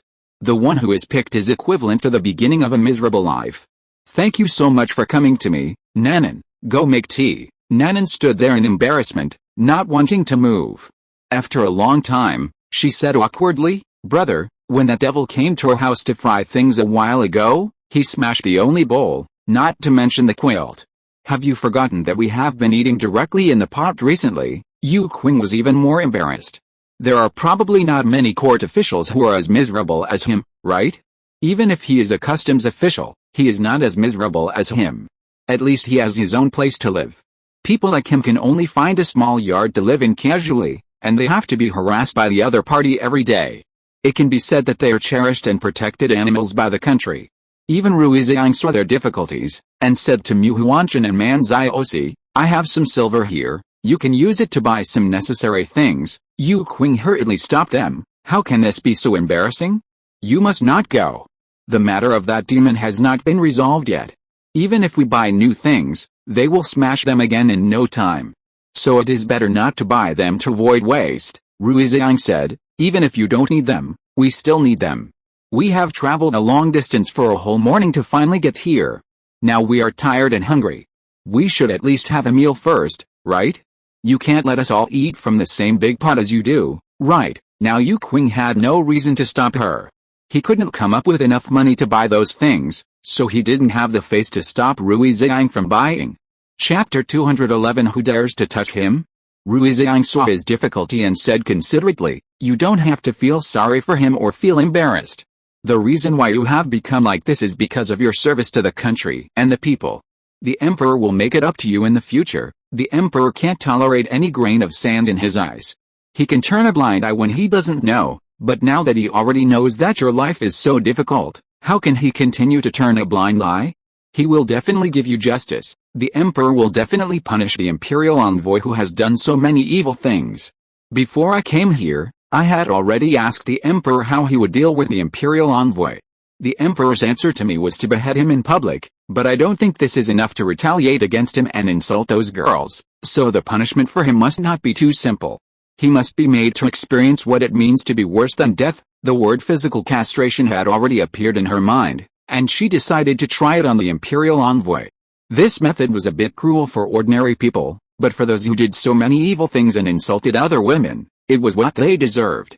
After being comforted by Rui Ziying, Yu Qing finally felt better and no longer worried about his current miserable appearance. Anyway, he believed that his current appearance was only temporary after all, and his life would eventually be relieved and would not continue like this. Since the emperor has begun to notice the situation on his side, he will definitely find a way to get rid of him. The imperial envoy above has done many evil things and should not have continued to serve in that position. He has received a lot of benefits, but made the lives of the people miserable. It also makes the girls in this place afraid of growing up, worrying that they will be targeted by others when they grow up. Mu Huanshan and the others bought things and came back quickly. As a grown man, he naturally couldn't pay attention to these details, so most of the things were selected by Man Zioc himself. They looked very delicate and were completely in accordance with her own preferences. Rui Ziying didn't care, and I believe Yu Qing wouldn't care about these things either. Yu Qing originally wanted to cook by himself, but because of his physical discomfort, he had to compromise and let Rui Ziying do it. Rui Ziying's cooking skills have always been very good, and she often cooked for everyone when she was in the palace, so she made the meal smoothly and it didn't take long for her to finish the meal. Nanan was very satisfied with the meal. I don't know how long I haven't eaten such a good meal. Since my brother was injured, I have been cooking, and because of the weakened family environment, I always stew in one pot, which has no taste at all. She had just finished speaking when there was a fierce knock on the door. It was not gentle at all, and it was not an exaggeration to describe it as punching and kicking. Maybe it was because Rui Ziying's cooking noise was too loud just now, which attracted the imperial envoy. After all, they had been keeping an eye on the situation on the public opinion side. Seeing that there was smoke rising from his side, it was obvious that he was cooking. How could he let him have it so easy? So they couldn't wait to come over and mess with him. Geng Guanyu frowned, directly protected Rui Ziying behind him, and then walked out of the door. Nanan hurriedly shouted, "Don't go over. There are bad guys outside, you will be beaten," Rui Ziying said calmly, "but if we don't open the door, I'm afraid that this door will be kicked down by them. This is the only place we can stay this time. If there is no door, then where are you going to live next? You can't stay in an inn with us, right?" Nanan lowered her head helplessly, and Mu Huanshan also followed Geng Guanyu out. With the two of them around, Rui Ziying was not worried at all. After all, Geng Guanyu was not an ordinary person. He was able to become the emperor, so he was naturally both civil and military. There was no problem dealing with a few ruffians. Only a civil servant like Yu Qing, who was powerless, would be so scared, and he only wanted to protect his sister, and he had no mood to deal with those people. Maybe I don't have so many concerns. He naturally does what he wants to do. Isn't it reasonable to teach people he doesn't like a lesson? Yu Qing said with guilt, "I'm sorry for causing trouble for you. I didn't expect them to come. I'd better go out." "I can't let you get involved," Rui Ziying stopped him. "Just stay here honestly. Since the emperor sent us here, it proves that we are not ordinary people. To deal with this group of subway hooligans, the two of them are enough. It is completely redundant for us to go out. If you don't believe it, just wait obediently, Yu Qing still felt a little unbelievable at first. After all, how could two people beat so many people? But when he heard Rui Ziying say that there was a reason why the emperor couldn't judge, he immediately understood what Rui Ziying meant. If this group of people were just ordinary people, how could the emperor send them here? Moreover, although the four of them were dressed simply, each of them had an extraordinary demeanor. Obviously, they were not people who were so easy to mess with. Must have their own status in the court. The emperor must have had his own considerations for sending them here, so his worries were completely unnecessary. Those people outside ran away only when they saw Geng Guanyu and his men. How could Geng Guanyu and his men be afraid? After Geng Guanyu and his men opened the door, there were 4 or 5 burly men standing outside. When they saw Geng Guanyu's 2 unfamiliar faces, they were a little surprised, but they soon realized what was going on. He sneered and said, "Do you think you can stop us by calling 2 pretty boys? How naive is this idea? You offended our master and still want to live a good life." Geng Guanyu said coldly, "Who is that man of yours? How dare he do such a treasonous thing under the feet of the emperor? Isn't he afraid of being caught by the emperor?" The man seemed to think that Geng Guanyu's question was stupid, and said with a sneer, "We did it, but he has someone above him, who dares to touch him? Besides, the emperor, that useless person, doesn't pay any attention to the situation on our side. Even if he noticed it, he couldn't take care of him. Now there are still a lot of messes in the court that no one has dealt with. It is said that because of the child's matter, he decided to take a month off from court." Chapter 212. Follow him and dominate. Why should we be afraid of such a useless emperor as this? Our master is even less afraid of him. By the time he really finds out about our master, I'm afraid we would have retired and stopped doing anything. After hearing this, Geng Guanyu felt as if he was slapped in the face for no reason. He said sarcastically with anger and annoyance in his heart, "You lords are a little too confident in this regard. Does he really think that the emperor can't take care of you? If the emperor does take care of you, what will you say? Isn't he afraid of being beheaded in public? Things he did are enough to be punished by all 9 clans. Do you know that, relying on the emperor's busy schedule, you are so wanton and reckless? You don't even take the emperor seriously. Who gave you the courage to be so bold and dare to challenge the emperor's authority?" Even Rui Ziying had already felt it. Geng Guanyu was so angry that he probably couldn't suppress it and wanted to beat the man in front of him, but the situation did not allow it. He had to find out who the person behind this was so that he could catch him in one fell swoop. Otherwise, it would be like cutting the grass without getting rid of it, and it would grow again in the future. The man seemed to be intimidated by Geng Guanyu's momentum, and said unhappily, "What does it have to do with you? Who are you? You can't be the helper hired by this loser. With your small bodies, you are not ours. We advise you not to get involved in this muddy water, otherwise one of you will be as miserable as them. Our masters have said that we can't let him have an easy life. Even if he is making a fire and cooking, we must take care of him, lest he thinks of doing something daring. If it affects the situation in the capital, it will be an unforgivable crime." Geng Guanyu said, "Who am I? I have nothing to do with you, but what you have done has touched our bottom line. The emperor has specially sent us here to punish you." After he finished speaking, he rushed over to those people. Before they could react, they were knocked down by Geng Guanyu. Until the moment they fell to the ground, they finally realized that Geng Guanyu was not as easy to mess with as they thought. These 2 men are indeed pretty boys, but their real strength is definitely above them. They are just little hooligans who cause trouble for others, while Geng Guanyu is a real martial artist. If they really want to fight, he can definitely defeat more than a dozen of them alone, not to mention that there are only 3 or 4 of them now, and the rest have not arrived at all. The imperial envoy sent nearly 20 people to harass Yu Qing just to make his life difficult. He wanted to torture him to death, or at least make him leave his current position. Only in this way would he not have the strength to meddle in other people's affairs. If the imperial envoy just wanted Yu Qing to die a good death at the beginning, now he really wants Yu Qing to die, and he can't die so weirdly. He must be more natural. After all, he is also an official of the court. If his death is too weird, people will definitely be sent to investigate the murder of the court official. This is not a small crime. He doesn't want to lose his iron rice bowl. So they sent people to harass him in every way, making his life difficult and causing him to get into trouble. No one could withstand such mental torture and would not last long. However, Yu Qing was completely different. He had a strong will and survived for several months without being tortured to death. This made the imperial envoy even more angry and wanted to kill him faster. He even had to take care of his cooking. It was not enough to come and give him a fan every day. He even tore his clothes into tatters, making him too embarrassed to go out. Even the ordinary nearby residents who had helped him before were threatened by them and were not allowed to help him again. As time went on, fewer and fewer people dared to approach Yu Qing and his people.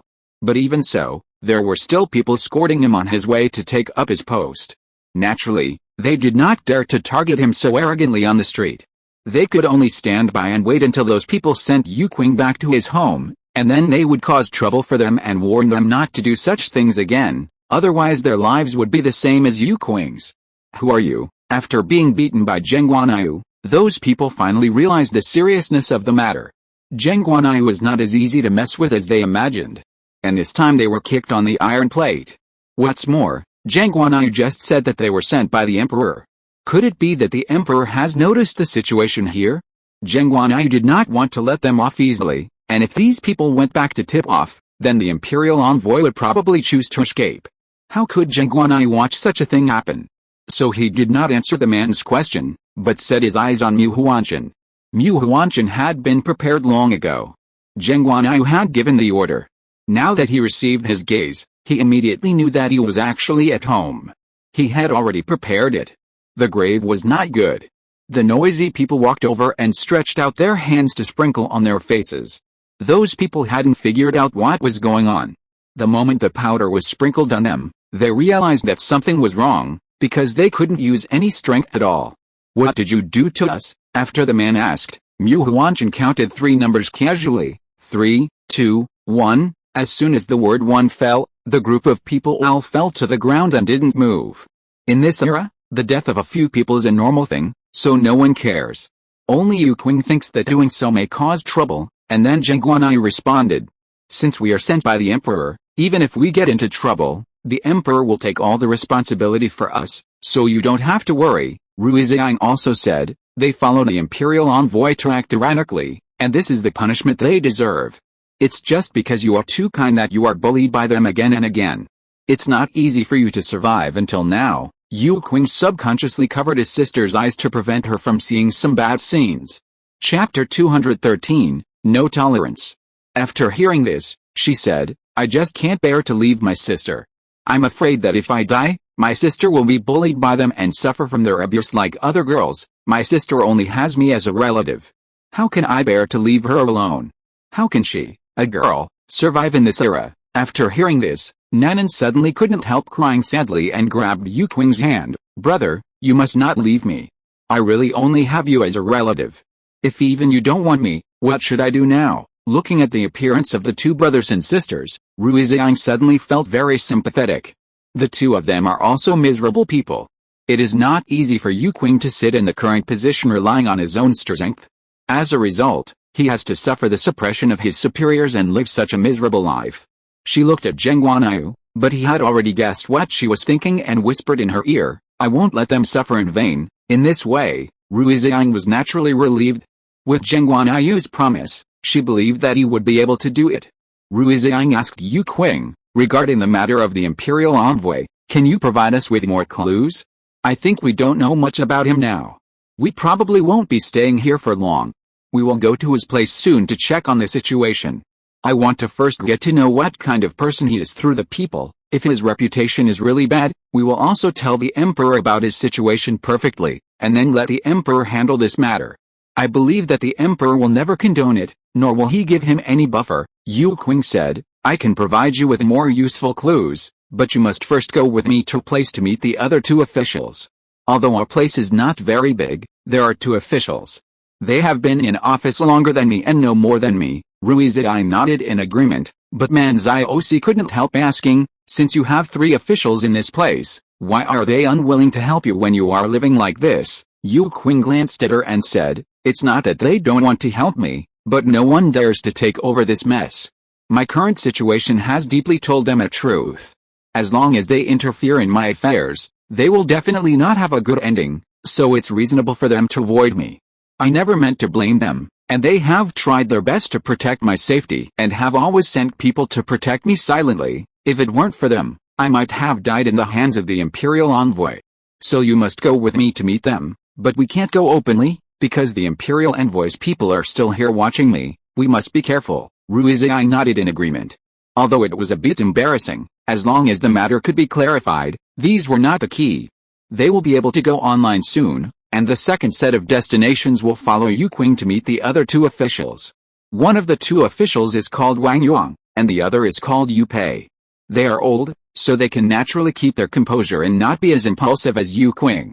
Remember that the reason why he ended up like this was directly related to himself, but if he handled the matter calmly and not so violently, so that the people above could notice that his life would not be so difficult. But once he chose to be stubborn, then the people of this place could really be said to be living in misery. When they heard that it was someone sent by the emperor, Wang Yong and Yu Pei both performed great etiquette towards Rui Ziying and the others. Rui Ziying and Geng Guanyu walked over together and helped the man up, then said, "You don't have to be so polite to us. Although we were sent by the emperor, our status is not much higher than yours. We came out secretly to deal with these matters. If we come here openly, it will give those people a chance to buffer, and they may even run away with the bags, and we will never allow such a thing to happen. Now that we know their crimes, these two people will escort them back to the capital and hand them over to the emperor for processing. The emperor hates such people to the extreme and will never tolerate them, so before that, you must tell us everything he has done. Only in this way can we make the decision for you. You must not have the heart to continue to watch the girls here suffer, right? Girls from every place deserve a better life, not to mention that the emperor has advocated equality between men and women before. In the emperor's view, women can take on important tasks just like men, but women can't change their ideas. After accepting the concept of gender equality, I believe that no woman is worse than a man. Therefore, please keep it short. We don't have enough time to waste here." Wang Yuan glanced at Yu Pei. He was always undecided in front of such a big thing, so he could only ask Yu Pei for help. After all, he had read more books and was more shrewd than himself. He was the kind of person who couldn't hide things. Others could easily find out the reason with just a few words. On the contrary, Yu Pei was much smarter than him. Although he was a little dissatisfied occasionally, he had no other way.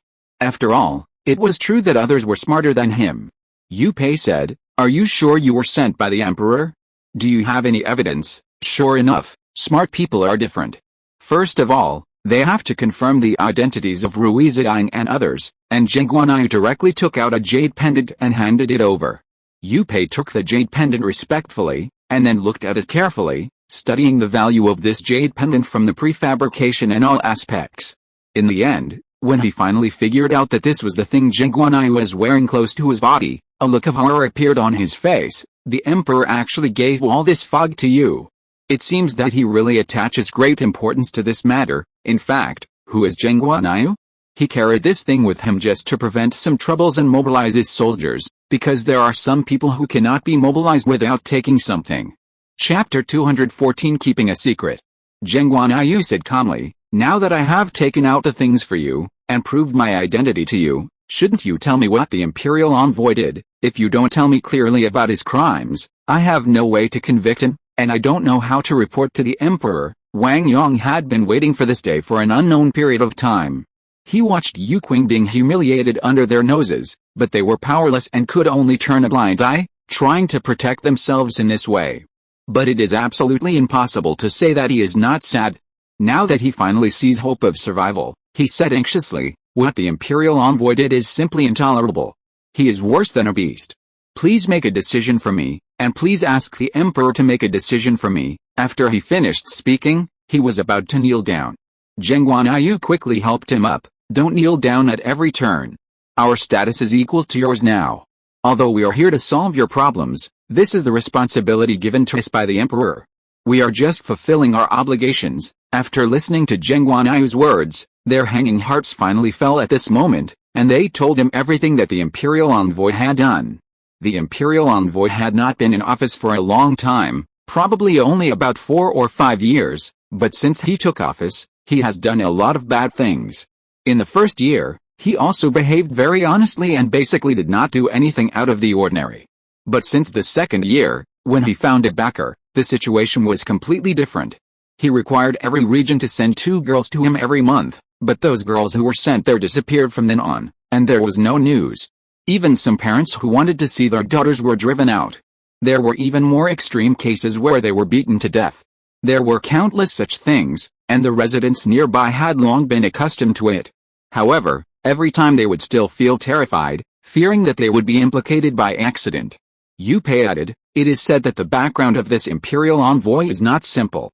Many relatives in his family are officials in the court. This is also one of the reasons why he is willful and reckless. I also heard that his uncle seems to be an official in the court and is said to be highly valued by the emperor. Every time Yu Qing handed over a letter, it was blocked by someone. I guess it may have something to do with his uncle. This time it should be his negligence, so Yu Qing delivered the letter to the emperor. Geng Guanyu nodded thoughtfully, and he probably understood what was going on. The imperial envoy dared to do whatever he wanted in this area because of the people above him. Now the imperial envoy is no longer the most important person. The most important person is to play a long game and lure out all the people above him and catch them all in one net. Otherwise, even if the imperial envoy was dealt with, it is estimated that the people above him would find ways to ensure his safety. After all, this is his nephew. How could he stand idly by? Even if he wanted to stand idly by, his sister would not agree. No one will not pay attention to family affection, and no powerful person will watch their relatives suffer disasters. They will definitely find ways to help. So it is not difficult to lure that person out. The difficulty lies in what method to use to lure that person out. Geng Guanyu said, do you know anything about the person above the imperial envoy? Or do you know what position he's in, and what his preferences are? The three shook their heads almost at the same time. Yu Qing explained, maybe he also knows that the things he did wrong will be discovered by the people above him sooner or later, so he hides it very well from his uncle. And there is almost no news about his uncle. Yu Pei said, if you want to know who the person above the imperial envoy is, I think there will be a good opportunity in the next few days. The imperial envoy's birthday is coming soon, and he has put pressure on us to send the girls who are supposed to be sent every month in advance the day before his birthday, and he asked us for gifts in both open and covert ways. I've heard before that his uncle will attend his birthday party, not to mention that he will make a big fuss this time. And he wants to take advantage of the festive atmosphere of your crown princess's outfit, so his uncle will definitely be there. Even if he doesn't show up, he will send gifts. We only need to go through those people to know who the person above him is. Yu Qing pondered for a moment, then said, before, because his uncle was a court official, he could not leave at will, but now it is completely different. The emperor took a month off for other things, so during this month, he has enough time to attend his nephew's birthday. So there is an 80% chance that we can meet him this time. As long as we find out his identity and report it to the emperor, the imperial envoy should not be able to jump. Right, Geng Guanyu nodded, the emperor actually sent us to deal with this matter, so we will definitely handle it well and will not let you have any worries. After things here are dealt with, we will also report your actions to the emperor and strive to win credit for you. The kind emperor will not treat you unfairly, Wang Yong said. I dare not win credit. But when the imperial envoy was there, we really couldn't stand it. If no one from the internet is sent to deal with it, the girls in the city will probably have to live a life worse than death, Rui Ziying said. If the emperor didn't know about this, he might turn a blind eye, but since the emperor already knows about it, he will definitely not tolerate it, so you can rest assured in this regard. What you need to do next is to do your own thing as usual to avoid alerting the enemy, leave the rest to us. On the day of the competition's birthday, I will find a way to go to his birthday party to find out the identity of his uncle and the identities of those who have dealings with him. By then, the emperor will definitely find a way to catch them all, since the fewer people who know about this, the better. I hope you can keep it a secret. Chapter 215 Loss of Mobility. The three of them agreed without any hesitation. Don't worry, we will never reveal a word about this matter. We will also keep your visit to us to ourselves. If you hear rumors about this matter outside, you can come to us to settle the score. With their promise, Rui Ziying finally felt relieved. With the help of Yu Qing, the four of them found an inn to live in. In order not to alert the imperial envoy, Rui Ziying did not invite Yu Qing and his brother and sister to live here. Once the two of them came here, the three of them would be exposed. Maybe the imperial envoy would slowly investigate their identities and finally find out their true identities. Although they concealed it very well, and no one else knew about the emperor's departure from the palace, it might be noticed by someone with ulterior motives. The emperor's secret departure from the palace was a serious crime, and those ministers would have a reason to blame him, and things would become very complicated at that time. There were already enough things going on. Rui Ziying didn't want to cause more trouble for herself, so she tried to keep these things secret as much as possible. At night, Manzai suddenly came to Rui Ziying and told her some not-so-good news.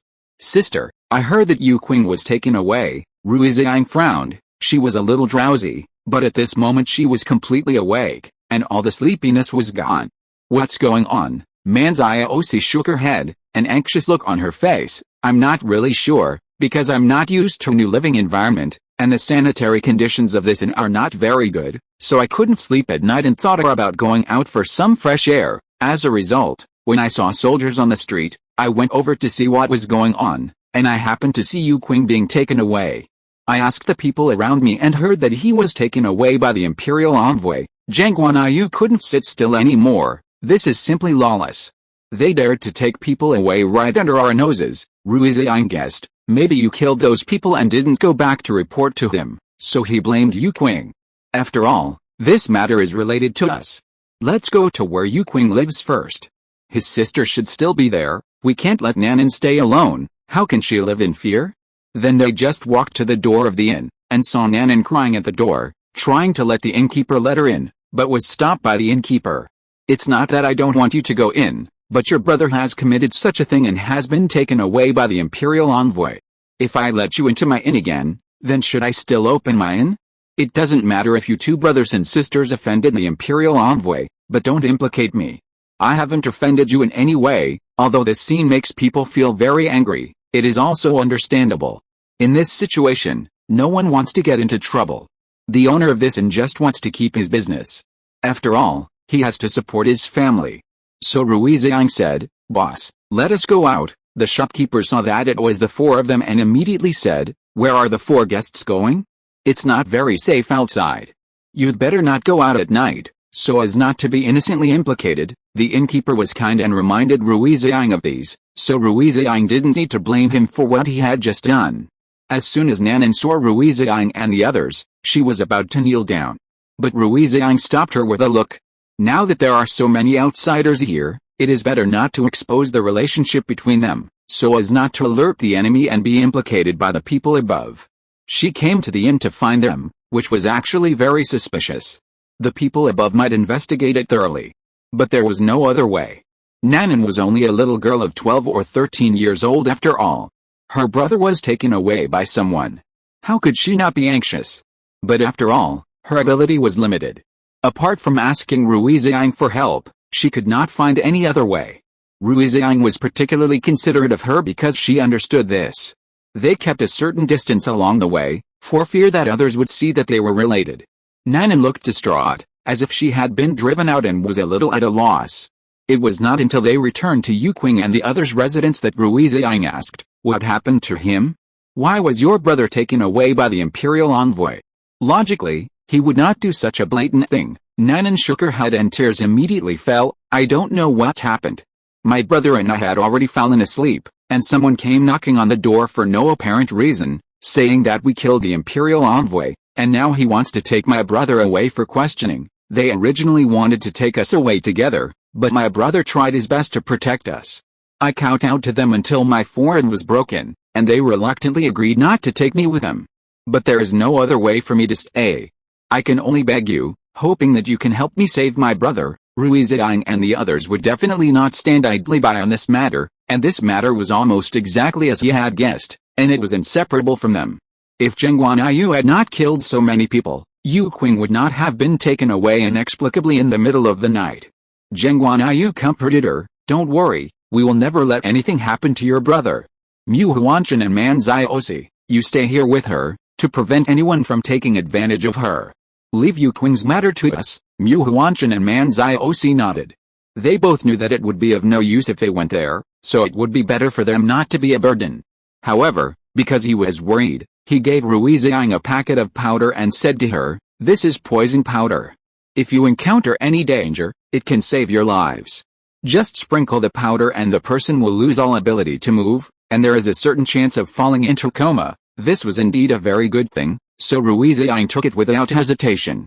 No matter how powerful Geng Guanyu was, it was necessary to have something to save his life. What if the other side had too many people and Geng Guanyu was at a disadvantage? Chapter 216 Rescue. So he still had to have the necessary means to save his life? If Geng Guanyu was really at a disadvantage, he could at least sprinkle the powder and gain a certain chance of survival. Rui Ziying and the others contacted Wang Yuang and Yu Pei. They had already gone to bed, but when they heard the news, they rushed to see them.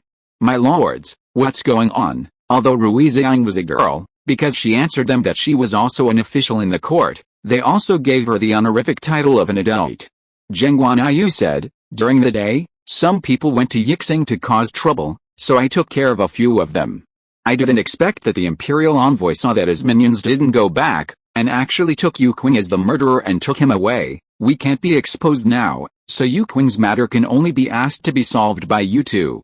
You can say that someone saw it with his own eyes and it was me who killed him, and ask him to let Yu Qing go. If he still has concerns, he won't make things too difficult for Yu Qing. After understanding what happened, Wang Yuang said, then what should we do now? Geng Guanyu said, I have decided. Miss Rui will go to the imperial envoy with you as an informant and tell him that I am the real murderer. Then you can fight him. I guarantee that you will catch the murderer, and I will go with you then. Wang Yuang disagreed. This is too risky. If you fall into their hands, who knows what kind of danger you will face? What if the imperial envoy is so cruel that he kills you? Then there will be no one to redress our grievances, right? Rui Ziying smiled and said, you underestimate us. If we really don't have this much strength, we wouldn't have sent us here at night. You can rest assured. You just need to do what we say, and leave the rest to us. I guarantee that nothing will happen. Our purpose is to avoid alerting the enemy, so our identities must be concealed very well. When the imperial envoy's birthday party comes, it will be up to you to find out the identity of his uncle. We may be locked up by him during this time, but this is not a big problem. On his birthday, we will definitely find a way to escape, so you don't have to worry too much. We have already made arrangements with Yu Qing's sister, and all we have to do next is wait for the plan to be carried out. Miss Rui will go with you tomorrow morning. After agreeing on the plan, Rui Ziying and the others returned to the inn. Mu Huanshan and the others had also returned. Rui Ziying told Mu Huanshan about their plan and agreed to rescue them on the day of the imperial envoy's birthday. Although Mu Huanshan does not have any absolute strength, he can use poison with great lethality, so it is actually quite easy to rescue them, not to mention that there is also a very beautiful Manzai. If it really doesn't work, then use the beauty trap. Manzai doesn't care about making sacrifices for this now. As long as she can achieve her goal, she will be very satisfied. Making some sacrifices is justified. She has grown a lot after this trip.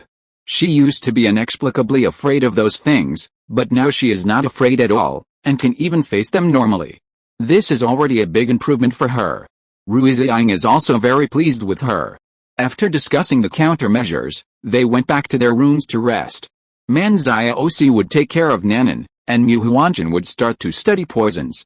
So he even joked, I'm obviously a doctor who cures illnesses and saves lives, but now I've become a poisoner who poisons himself.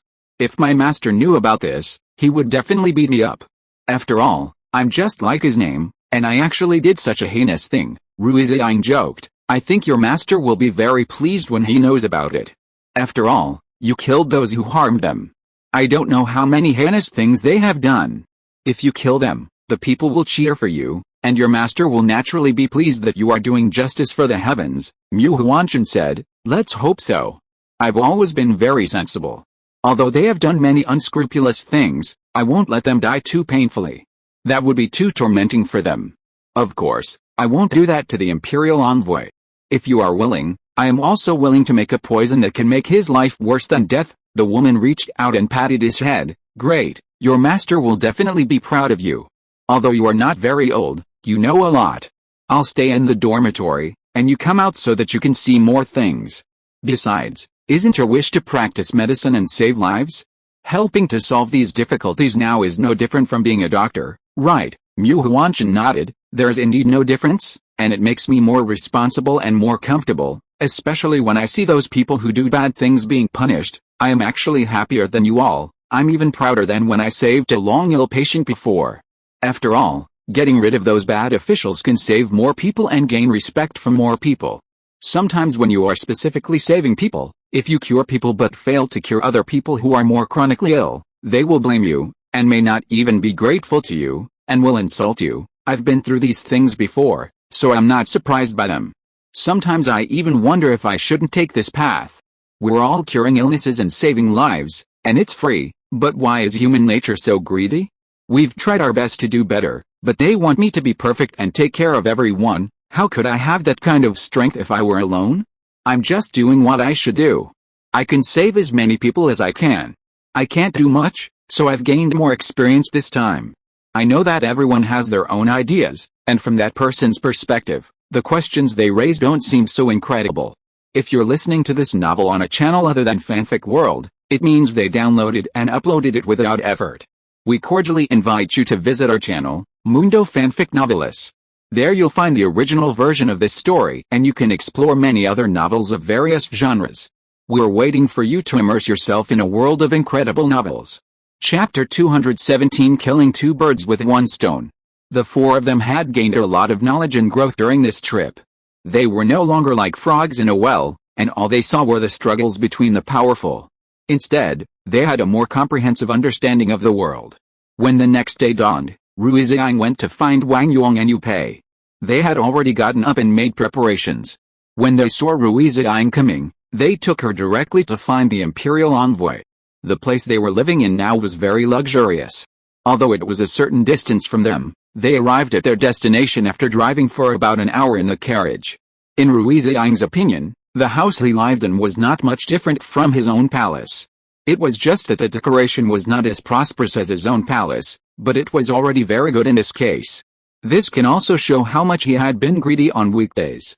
Rui Ziying sneered, I thought all officials were as honest as Yu Qing, but he lives a luxurious life to this extent. The scale is not inferior to that of the imperial palace. He is indeed the local emperor of this place. No wonder he can do whatever he wants and has many emotional backers. Wang Yong and Yu Pei did not speak. After all, Rui Ziying's words just now were too extreme and hurt both of them. They did not dare to refute, for fear of accidentally angering Rui Ziying. They never knew Rui Ziying's true identity, but she was obviously not an ordinary person from her extraordinary demeanor. Maybe she was a royal noble who was sent by the emperor to clean up the house. If this is the case, then they are also in danger. If Rui Ziying is eyeing them, the result will not be too miserable. After all, there is still a certain gap between them and Yu Qing. Yu Qing's position can be said to be miserable, and there is not much difference between him and a homeless person. But they still lived an ordinary life, and they were enjoying the treatment that an official should have. Just because they did not stand firmly on the same line with Yu Qing, the imperial envoy did not deliberately embarrass them. The imperial envoy was obviously not surprised at their arrival, but was a little surprised that they brought Rui Ziying. Seeing Rui Ziying was beautiful and had an extraordinary temperament, he thought she was a girl brought to him, and wanted to make a move on Rui Ziying as soon as he saw her. Wang Yong and Yu Pei were both shocked. Rui Ziying was not an ordinary person. If she was really taken advantage of by the imperial envoy, it would be unimaginable, so they hurriedly stopped her. My lord, please show mercy. This girl is here to report that a great villain has appeared in the city. The men under your lordship were also killed by that man. The envoy glanced at the two of them, and then said without hesitation, I have investigated the matter clearly. My men were killed by Yu Qing, and now I have locked him up. After hearing this, Rui Ziying immediately understood that the envoy didn't care who the real murderer was. He only cared whether Yu Qing could die. He wanted Yu Qing's life. After all, he had been with Yu Qing for such a long time, and he had never found a suitable reason to put him in jail. Now that the opportunity had finally come to him, he naturally would not watch this opportunity slip away. It was just the death of a few men. For him, it was just a few cheap lives, which was nothing. Being able to solve the scourge of Yu Qing was the most important thing for him. She said, has the murderer been found? I thought the murderer was still at large, and I wanted to ask the adults to help arrest him. Now that the murderer has been caught, I can rest assured. After hearing Rui Ziying's words, Wang Yong and Yu Pei both looked at him at the same time, not understanding what her purpose was. Did she not intend to save Yu Qing? The imperial envoy looked at Rui Ziying and said with praise, you did a good job. You thought of letting our officials handle this matter. This time we will not put ourselves in danger. There are not many girls as smart as you. What's your name? My last name is Mew. She didn't dare to tell her real name. After all, there are many people with the surname Rui. If he passed it on to her father, wouldn't her life be completely exposed? At that time, let alone solving the problem of the Imperial Envoy, I'm afraid it would be a serious problem whether she could leave. Miss Mew, you have done a great deed. Why don't you stay in this Imperial Envoy's house today? I have decided to reward you well. What do you think? Rui Ziying frowned, looking very conflicted. Wang Yuang and Yu Pei looked at her anxiously, afraid that she would agree. Isn't it like sending a sheep into a tiger's mouth? The Imperial Envoy has an unknown habit. How many girls in his hands can have a good ending? If they can't get over it, what should they do? How should they go back and explain this to Geng Guanyu? The Imperial Envoy continued to deceive her. You don't have to worry about my character. Everyone can see what kind of person I am. The reason why I kept you here is because you helped me a lot, and you are now in our government, so I think a girl like you deserves my respect, Rui Ziying said. Of course I know your excellency means well, but I have a younger sister at home waiting for me to go back. I can't leave her alone, and didn't your excellency catch that man? Then what kind of merit have I made? Finally, would you mind letting me see the murderer? I hate him so much. Because of him, I couldn't sleep last night, so I ran to report to the police early this morning. I didn't expect that your excellency was so fast and has arrested the murderer. The Imperial Envoy obviously avoided the question and said perfunctorily, the murderer like that is too cruel. It's better not to meet a girl like you. If you are hurt, how can the Imperial Envoy explain to your sister? If you are really worried about you, you can bring your sister here. This Imperial Envoy will not treat you too badly. If you two sisters are willing, you can stay in my house. I will treat you well and make up for the shock you have suffered. Chapter 218. He doesn't care about the truth. Rui Ziying thought, this is really killing two birds with one stone. Thinking that this palace is pretty, she actually wants to drag Yi into the water. Rui Ziying's idea was soon understood by Geng Guanyu. He knew that the Imperial Envoy would definitely not let Rui Ziying go easily, because Rui Ziying's beauty can be said to be very rare. He was a little anxious, but he knew that there was no use in being anxious, and with Rui Ziying's intelligence, she could completely turn danger into safety. His worry was completely unnecessary. But knowing this, he chose to not be able to fall.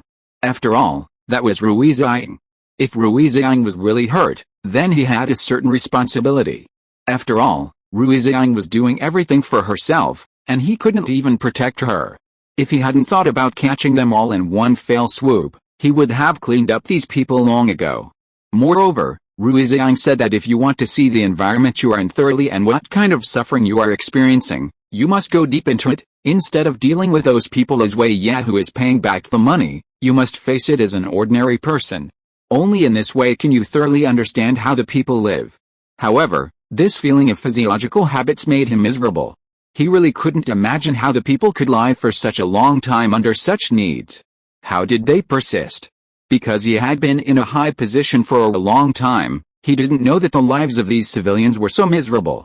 Rui Ziying declined the good intentions of the Imperial Envoy. Thank you for your kindness, but my sister and I don't like living in such a prosperous place.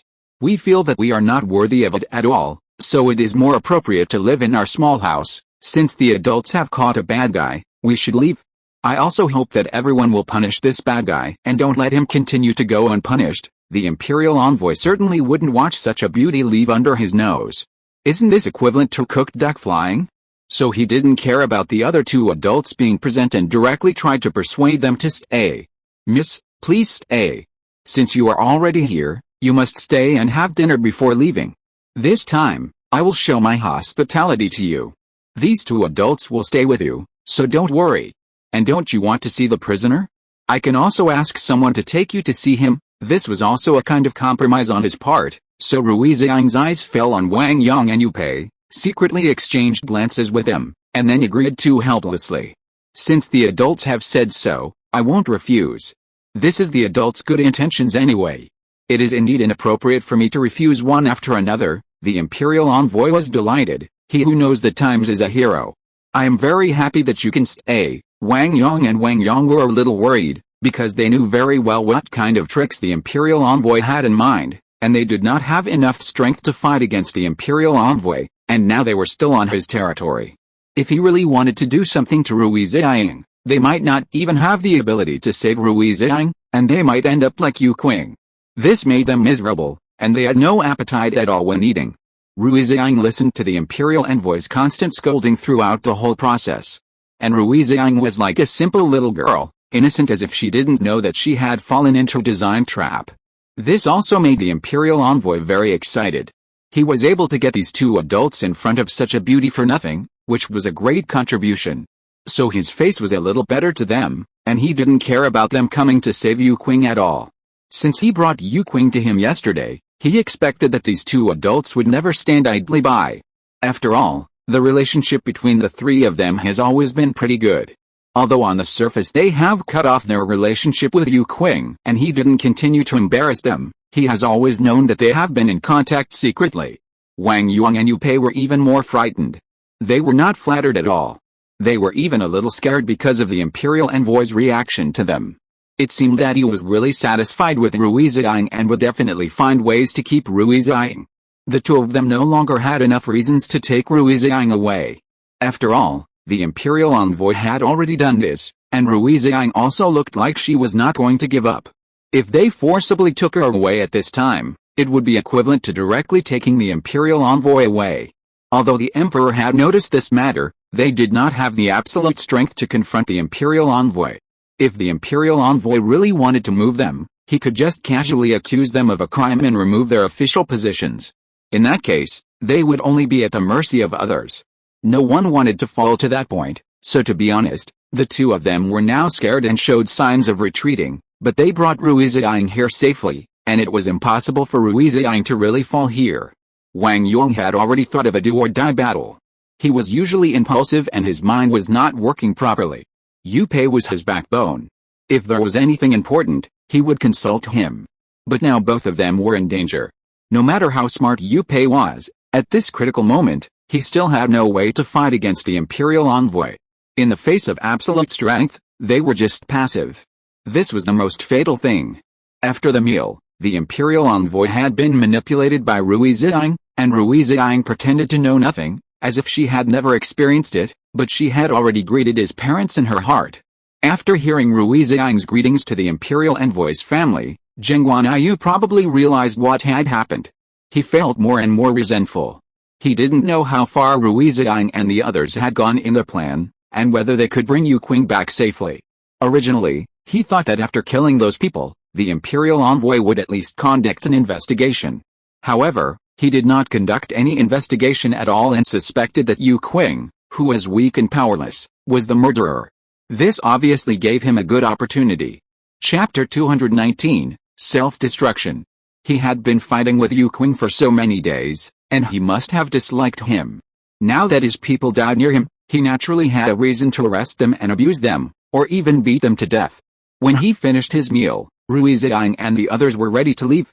At this time, the system suddenly issued a task. The host must stay by the side of the Imperial envoy as an undercover and gain his trust. Rui Ziying stumbled and almost fell to the ground, but the Imperial envoy next to her was quick to help her. When he helped Rui Ziying, he did not forget to touch her smooth hand.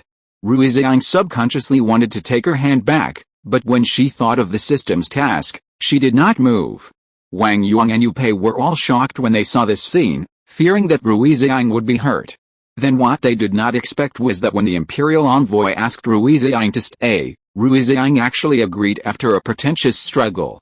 Wang Yuang had no idea what Rui Ziying wanted to do, but he had reached the point where he could no longer bear it. If they really kept Rui Ziying, how would they explain it to the people above? So he said without hesitation, "Girl, you should leave with us. We promised your sister that we would bring you back safely, so you can't stay here. Otherwise, we won't be able to explain it to you.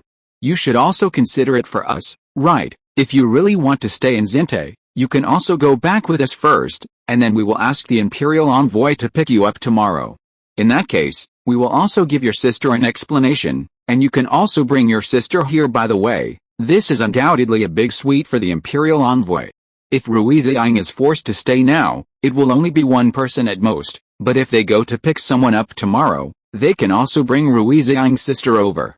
According to Rui Ziying's appearance, her sister must be not much worse, and must be a great beauty, maybe even younger than Rui Ziying, and such a person is undoubtedly more to his taste. So he didn't force Rui Ziying to stay. In that case, then you should go back. I will send someone to pick you and your sister up tomorrow. It is indeed not safe for your sister to be alone at home. Now is a time of chaos and war. Don't let a girl like her worry. Rui Ziying seemed to suddenly remember something and said, "No, my lord. I remember that the murderer is still at large. I saw him when I came here. My lord, you wouldn't have wrongly accused a good man. You are an honest official and you can't wrongly accuse an innocent person. I heard that Lord Yu Qing was brought here. How could a man like Lord Yu Qing, who is so weak, kill someone? Moreover, his life is so miserable that he knows even better what killing means to him. It would ruin his life. How could he do such a thing?" Hearing Rui Ziying suddenly talking about such things, the expression on the imperial envoy's face became a little ugly, and he said stiffly, "Anyone will bite when they are forced into a corner. Although Yu Xin looks weak on weekdays, if a man wants to kill someone, he will still find a way, and I have asked the residents near him, and some people did see him kill people and dispose of the bodies. I also found the bodies of my people near his home. If it weren't for this reason, how could I have wrongly accused a good person and arrested him?" Rui Ziying said, "So, your excellency doesn't believe what I said at all? Yu Xin is certainly not a murderer. I witnessed the murderer killing people with my own eyes. Moreover, even a rabbit will bite when it is anxious. How could your excellency Yu Qin defeat 3 or 4 people with his own strength? What's more, those people are just hooligans in the market. If he really had that strength, he would not have to suffer so much grievance." Rui Ziying's words obviously angered the imperial envoy, and he said somewhat impolitely, "I said Yu Qing is the murderer, and he's the murderer.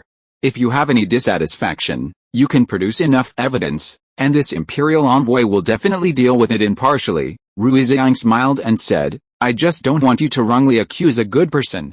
If the people above investigate, you will probably be to blame. You have been good to me, so I don't want to make you suffer for 1,000 years. After all, this will ruin your future, so I hope everyone will think about it carefully. If Lord Yu is really not a murderer, then please investigate who the real murderer is and don't let the real murderer go unpunished, lest he hurt more people." The imperial envoy said, "Little girl, I don't think this is something you should consider, so just go back and live your life well. Don't meddle in other people's business, otherwise no one can guarantee your safety." There was already a warning in these words. Rui Ziying smiled and nodded, and left with Wang Yong and the others. It was not until they arrived at a safe place that Wang Yong finally couldn't help asking, "Girl, what are you thinking? We were almost dying of anxiety just now. It seems that you really intend to stay there. If you stay there, the situation will be very dangerous. You should know the consequences of this situation, right?" Rui Ziying nodded, "Of course I know what the consequences are. The reason why I did that just now was just to test the bottom line of the imperial envoy. Did you notice? He has been playing tricks on me. Every time I brought up Yu Qing, he would find ways to avoid the topic. I said staying just to give him a little sweetness. I can guarantee my own safety. What's more, didn't you help me out of the sea of suffering? As for whether he will come to pick me up tomorrow, I guess he won't, because at the last moment I have successfully offended him, and he is afraid of me." Rui Ziying said confidently, "If nothing unexpected happens, he probably won't want me to live in this world, because I'm the only one who knows the truth. Now the only solution is for us to kill a few more of his people to prove to him that Yu Qingzhen is not the murderer." Chapter 220 Intentionally Making Things Difficult. Yu Qing is a good man. Ordinary people still love him very much. They don't mind standing up for him when he encounters difficulties. What's more, some people know his nature, so once they know that Yu Qing has been wronged, they will definitely find ways to help rescue him. When the time comes, we will go to his place with a group of people to gather and make trouble.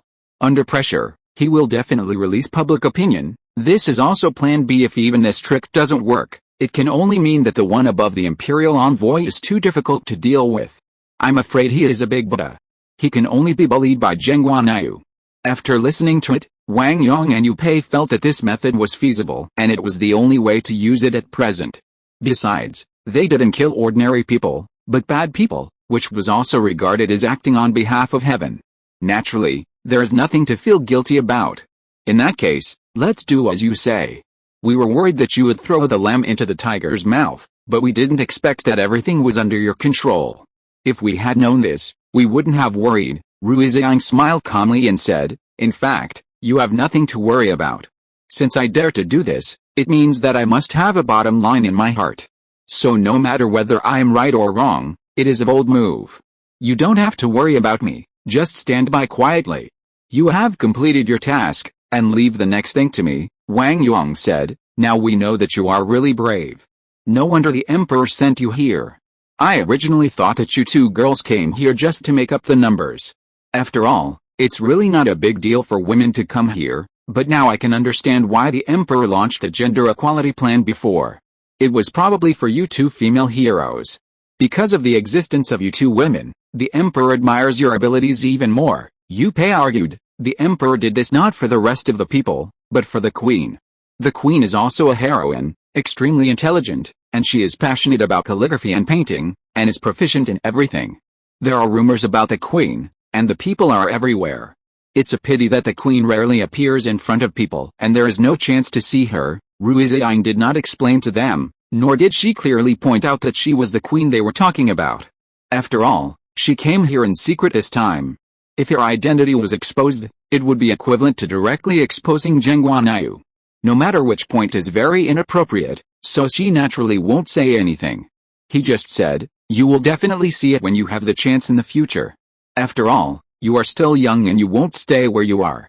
As long as you can go to the court to watch, then one day you will be able to see the queen herself.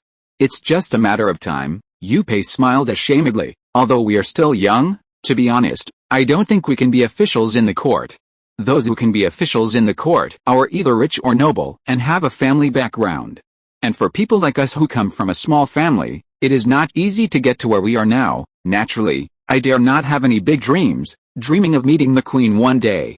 Even if I really see her, I don't think I have the courage to raise my head. The queen is the only daughter of General Rui. Not everyone can see her. Speaking of which, Miss Rui seems to have the same surname as the queen.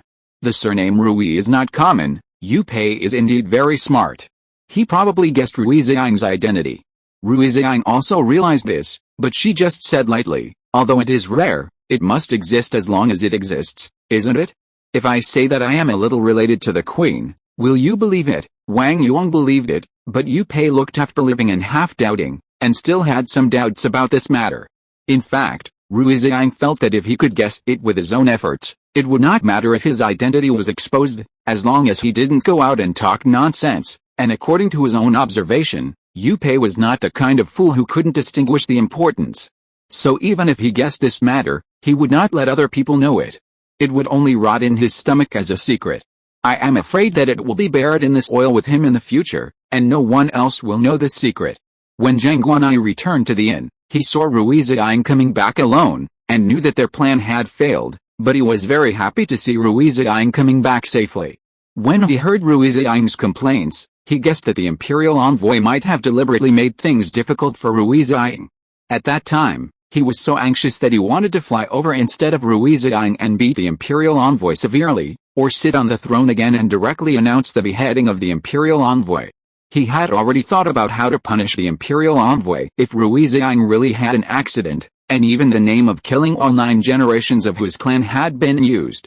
So when he saw Rui Ziying working safely, he was really excited. Afraid that Rui Ziying would be sad, he specially comforted her. "It doesn't matter if the plan fails, we can still think of other ways." Rui Ziying raised her eyebrows, looked at him and said with a smile, "Who said my plan failed? Haven't I already started plan B? I plan to ask you to kill a few more of the Imperial Envoy's people to prove to the Imperial Envoy that Yu Qing is indeed not the murderer, even if he still intends to make things difficult for Yu Qing. Once his men are killed, and it's still unclear, then he will be more or less angry. So I think some of the people you killed are his confidants, and this matter must be made a big deal to let more people know that he has wronged Yu Qing. In this way, even if he wants to continue to make things difficult for Yu Qing, there is no other way. He can only let the people go obediently. Otherwise, if the people above find out, let alone his birthday, he will have to go to jail." Geng Guanyu had not expected that within just 10 years, Rui Ziying had already thought of a new plan and arranged everything. He only had to follow it obediently. It had to be said that it was really worry-free for him to go out with Rui Ziying. He did not need to worry about anything. It was enough for him to do things completely according to Rui Ziying's ideas. Chapter 221, Keeping the People Safe. Since the Queen has already made arrangements, I won't worry about anything. I'll just do as you say. How are Wang Yang and Yu Pei's arrangements going? They are both good people. I said some impulsive words when I was confronting the Imperial Envoy, and they were always thinking about me. They were even planning to go against the Imperial Envoy for me, but I stopped them. Otherwise, our plan would have failed. Sure enough, there are honest officials in every place, and naturally there will be corrupt officials. Corrupt officials naturally need to be dealt with, but you can't treat the honest officials too harshly. For example, it is not easy for someone like Yu Qing to dare to confront the people above. If he hadn't insisted on doing so, how could this matter have been reported to you, and how could we have the opportunity to speak for those innocent girls? If Yu Qing hadn't insisted on this matter, who knows how many girls would have suffered. I heard that on the Imperial Envoy's birthday, he asked the 3 officials to send the girls they were to send every month in advance, as a birthday gift to him. In addition, they must also prepare other birthday gifts, otherwise, they will probably be embarrassed by the Imperial Envoy at the birthday party. Although he didn't point it out explicitly, he has hinted it very clearly. When he came back, Wang Yuan complained to me about this matter. He hated it with gnashing teeth, but he could do nothing about it. If they don't send it, I'm afraid their fate will be even worse than Yu Qing's. If the 3 officials of this place end up like Yu Qing at the same time, then no one will deal with the people's affairs, so they can only endure humiliation for the sake of the people. They also know that the people are very similar to Yao Iao about this matter, but they have no other way. If they want to protect the safety of the people, they can only use such means. However, Miss Lin nearby has almost been sent away. If they want to send 2 beautiful people of the right age, they can only look for them from other places. In that case, I will report this matter to the higher-ups, but the people above the Imperial Envoy have suppressed this matter very well and never had any intention of exposing it. This also shows that the person above him is actually not that simple.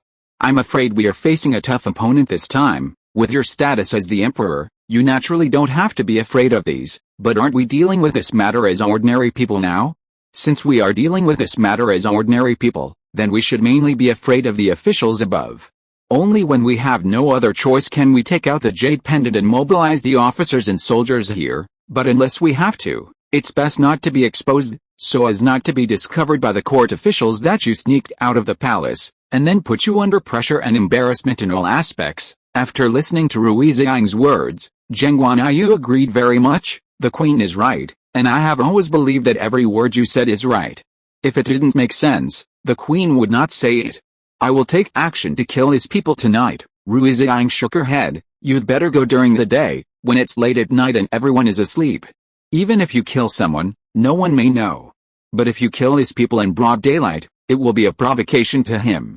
And I don't believe he can swallow this breath. Anyone wants to have a lively birthday celebration. Once blood is seen, it will be regarded as unlucky. So you killed his people on the eve of his birthday. Not only did you hit him hard in the face, but you also ruined his birthday, so this matter is more likely to get out of hand. I will help spread the news in secret and let more people know that Yu Qing was wronged.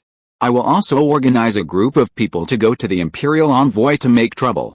I don't believe he can keep suppressing Yu Qing. He should not have enough reasons to continue to arrest Yu Qing. Even if he was unwilling, he had to let him go. Otherwise, things here would get bigger and bigger, and sooner or later they would attract the attention of the people above. Even if he had already opened up all the connections, there would be 1 or 2 people who didn't like him and reported the matter to the Emperor. Once the Emperor sent someone to investigate the matter, the consequences would be disastrous. His good days would be over. It would be impossible for him to be a local emperor in this place. After Geng Guanyu left, Mu Huanshan just came out to eat. He was quite surprised to see Rui Ziying there. Sister, when did you come back? Just now. How is the development of your poison going? It's almost done, but because there are so many people, we need to develop more. Have you eaten? I'm a little hungry. After eating, I have to go back as soon as possible to continue my research. Rui Ziying nodded. I have already eaten at the Imperial Envoy's place, and talked to him about some things about relatives, but his attitude doesn't seem to be very good. We have already started to use Plan B, So the poison on your side must be developed as soon as possible. We can't delay it any longer. We need it urgently." Mu Huanshan agreed. "I will go back and work overtime to develop it as soon as I eat, and I will definitely not delay your plan. You have to take care of yourself. Although you are a doctor, you can't be so willful. Once there's any problem with your body, it will be difficult to recuperate. When you come back, your master will definitely be distressed. There are still 2 days before his birthday. You can take your time. Eat when you need to and sleep when you need to. Don't let yourself be wronged. Don't worry, sister. I know. I plan to eat something good. Do you want to treat me? Whatever you want to eat is fine. Just order whatever you want." But Mu Huanshan didn't push his luck. He just ordered something he wanted to eat. After all, he had more important things to do and couldn't waste too much time on eating. After eating something simple, he went back into the room to continue developing the poison. Man Xiaoxi hadn't come back yet. Rui Ziying was worried and decided to go check on her. After arriving at Yu Qing's residence, she found that Nanan's mood had been very unstable. This was also the reason why Man Xiaoxi didn't go back. Chapter 222, Trap. She was afraid that Nanan would do something stupid out of impulse after she left. Seeing Rui Ziying coming, Nanan hurried over and asked, "Sister, how is my brother?" Rui Ziying patted her shoulder and said, "Don't worry, although I haven't seen your brother, I can guarantee that your brother is still alive. No matter how bold the imperial envoy is, he can't kill him easily. The court official can only let your brother suffer some skin injuries and punish him symbolically. Even if he wants to kill your brother, he will never do it in the prison. Instead, he will plant a crime of murder on your brother, and then behead him in Wuming with great fanfare, so that more people can see this scene and show his authority. But there is no news yet, so how can we prove that you are still alive? As long as you are still alive, we have unlimited possibilities, so you can rest assured that we will do our best to rescue your brother. After all, your brother is implicated by us, so we will not let him suffer any loss. If anything happens, we will feel guilty. I have brought you some delicious food. Come and eat first. After you are full, I will tell you the details of Plan B. You also need to follow me to do something." Hearing that there was finally something to do, Man Xiaoxi was happier than anyone else. "Sister, did you finally remember me? I thought you always thought I was useless, so you sent me to see a little girl," Rui Ziying said. "How could I think you are useless? You are a person with special skills. The reason why we sent you to protect Yu Qing's sister is only because she is very important to us and must not be harmed by the imperial envoy," Man Xiaoxi said. "As long as sister thinks I am useless, it's fine. You can tell us what you want us to do next. As long as it is something we can do, we will do it at all costs, right, Nanan?" Nanan nodded hurriedly. "As long as I can save my brother, it doesn't matter what you ask me to do. I can't live without my brother. He is my only relative." As she was talking, tears suddenly fell. Rui Ziying hurriedly wiped them for her. "Don't cry first," I said these words. "We feel happy and will guarantee your safety. We won't let anything happen to you. After the competition is resolved, your lives can return to the past." Thinking about how much Yu Qing had spent to get to the current closure, he still had to suffer the suppression of the people above, and his sister was also wronged. This is really unfair to him. After the matter here is resolved, let Geng Guanyu deal with it. I believe Geng Guanyu will not treat him unfairly. Geng Guanyu works very quickly. He came back in just 1 or 2 hours, and told you and me a good news. I have killed his 2 wives as you said, and killed 4 or 5 of him by the way. The number of my men should be enough. Next, you can spread the news. When I killed people, I deliberately took them to a more obvious place. There should be quite a few people who saw me killing people, but they didn't see me, so they can't be sure who killed them. When you spread the news, don't worry about involving me. This way, Yu Qing can be rescued and I can be protected from harm. I thought his men were not powerful, but in the end they were all trash. No one could fight back, and I succeeded easily." Hearing Geng Guanyu's boasting, Rui Ziying said with a smile, "Don't be too proud. The imperial envoy is not that easy to deal with. Besides, he speaks without a single leak, and you can't tell that he has any cargo station. It's not a simple matter to deal with such a person, especially as an ordinary person. What's more, he is very cautious about his uncle's affairs.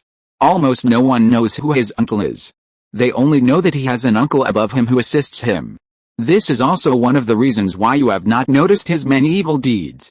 If he had not been careful enough, I am afraid that this matter would have been exposed long ago, and it would not have lasted for 4 or 5 years. Geng Guanyu got angry when he talked about this.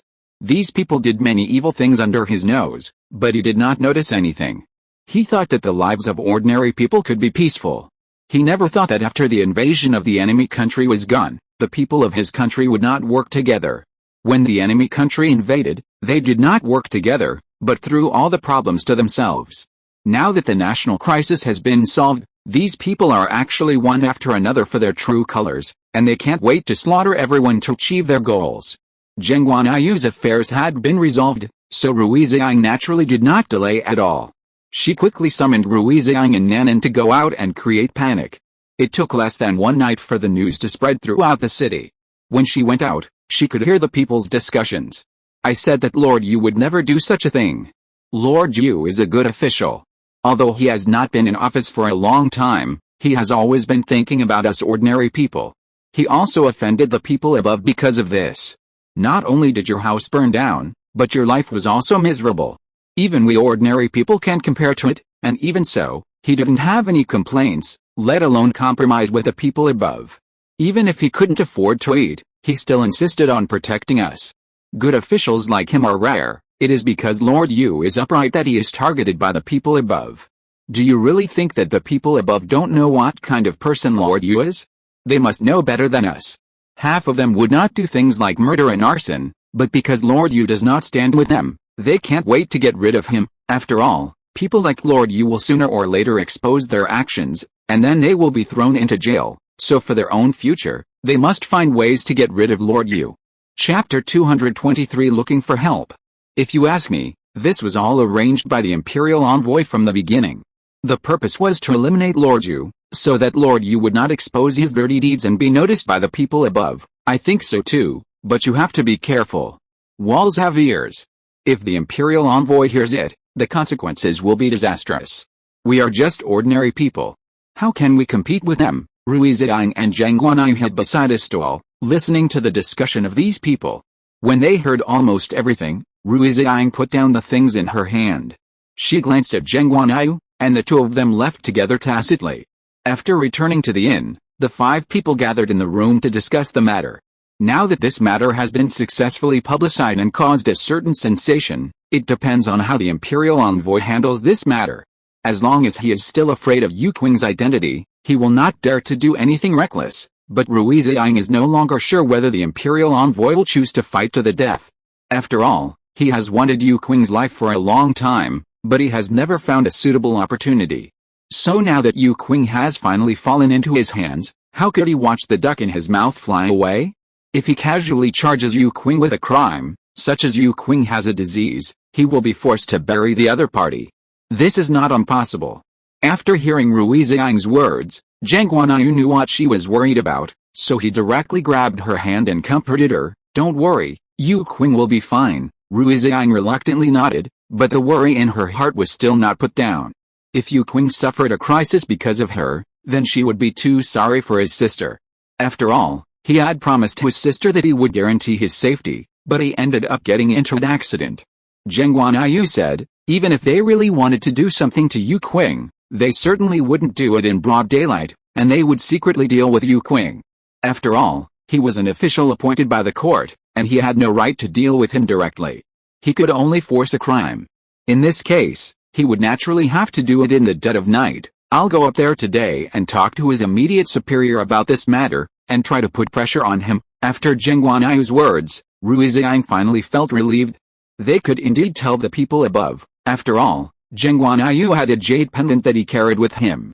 Even if they didn't reveal their identities, they could remind the people above that they were sent by the Emperor, and that the Emperor had already been keeping an eye on this matter. In this way, with the help of the people above, things would become much simpler, and Yu Qing's safety could be better guaranteed. Then please go up there. Anyway, we must ensure Yu Qing's safety no matter what. This is not only our promise to his sister, but more importantly, we are also partly responsible for him being taken away by the Imperial Envoy. If he is really hurt, we will probably live in self-blame for the rest of our lives. Geng Guanyu has never owed anyone anything in his life, so he is more afraid of owing favors to others. He is more worried than Rui Ziying that Yu Qing will be hurt, But he did not say these words directly like Rui Ziying. Don't worry, I will ensure psychological safety no matter what.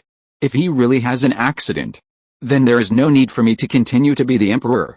If I can't even protect the people I want to protect, what's the point of having great power? Because of the tight time, Geng Guanyu did not delay at all and went up there quickly. This time he went alone, and more people would slow him down. Rui Ziying learned from many sources that Yu Qing was still alive, so she finally felt relieved and could tell Nanan that her brother was still alive.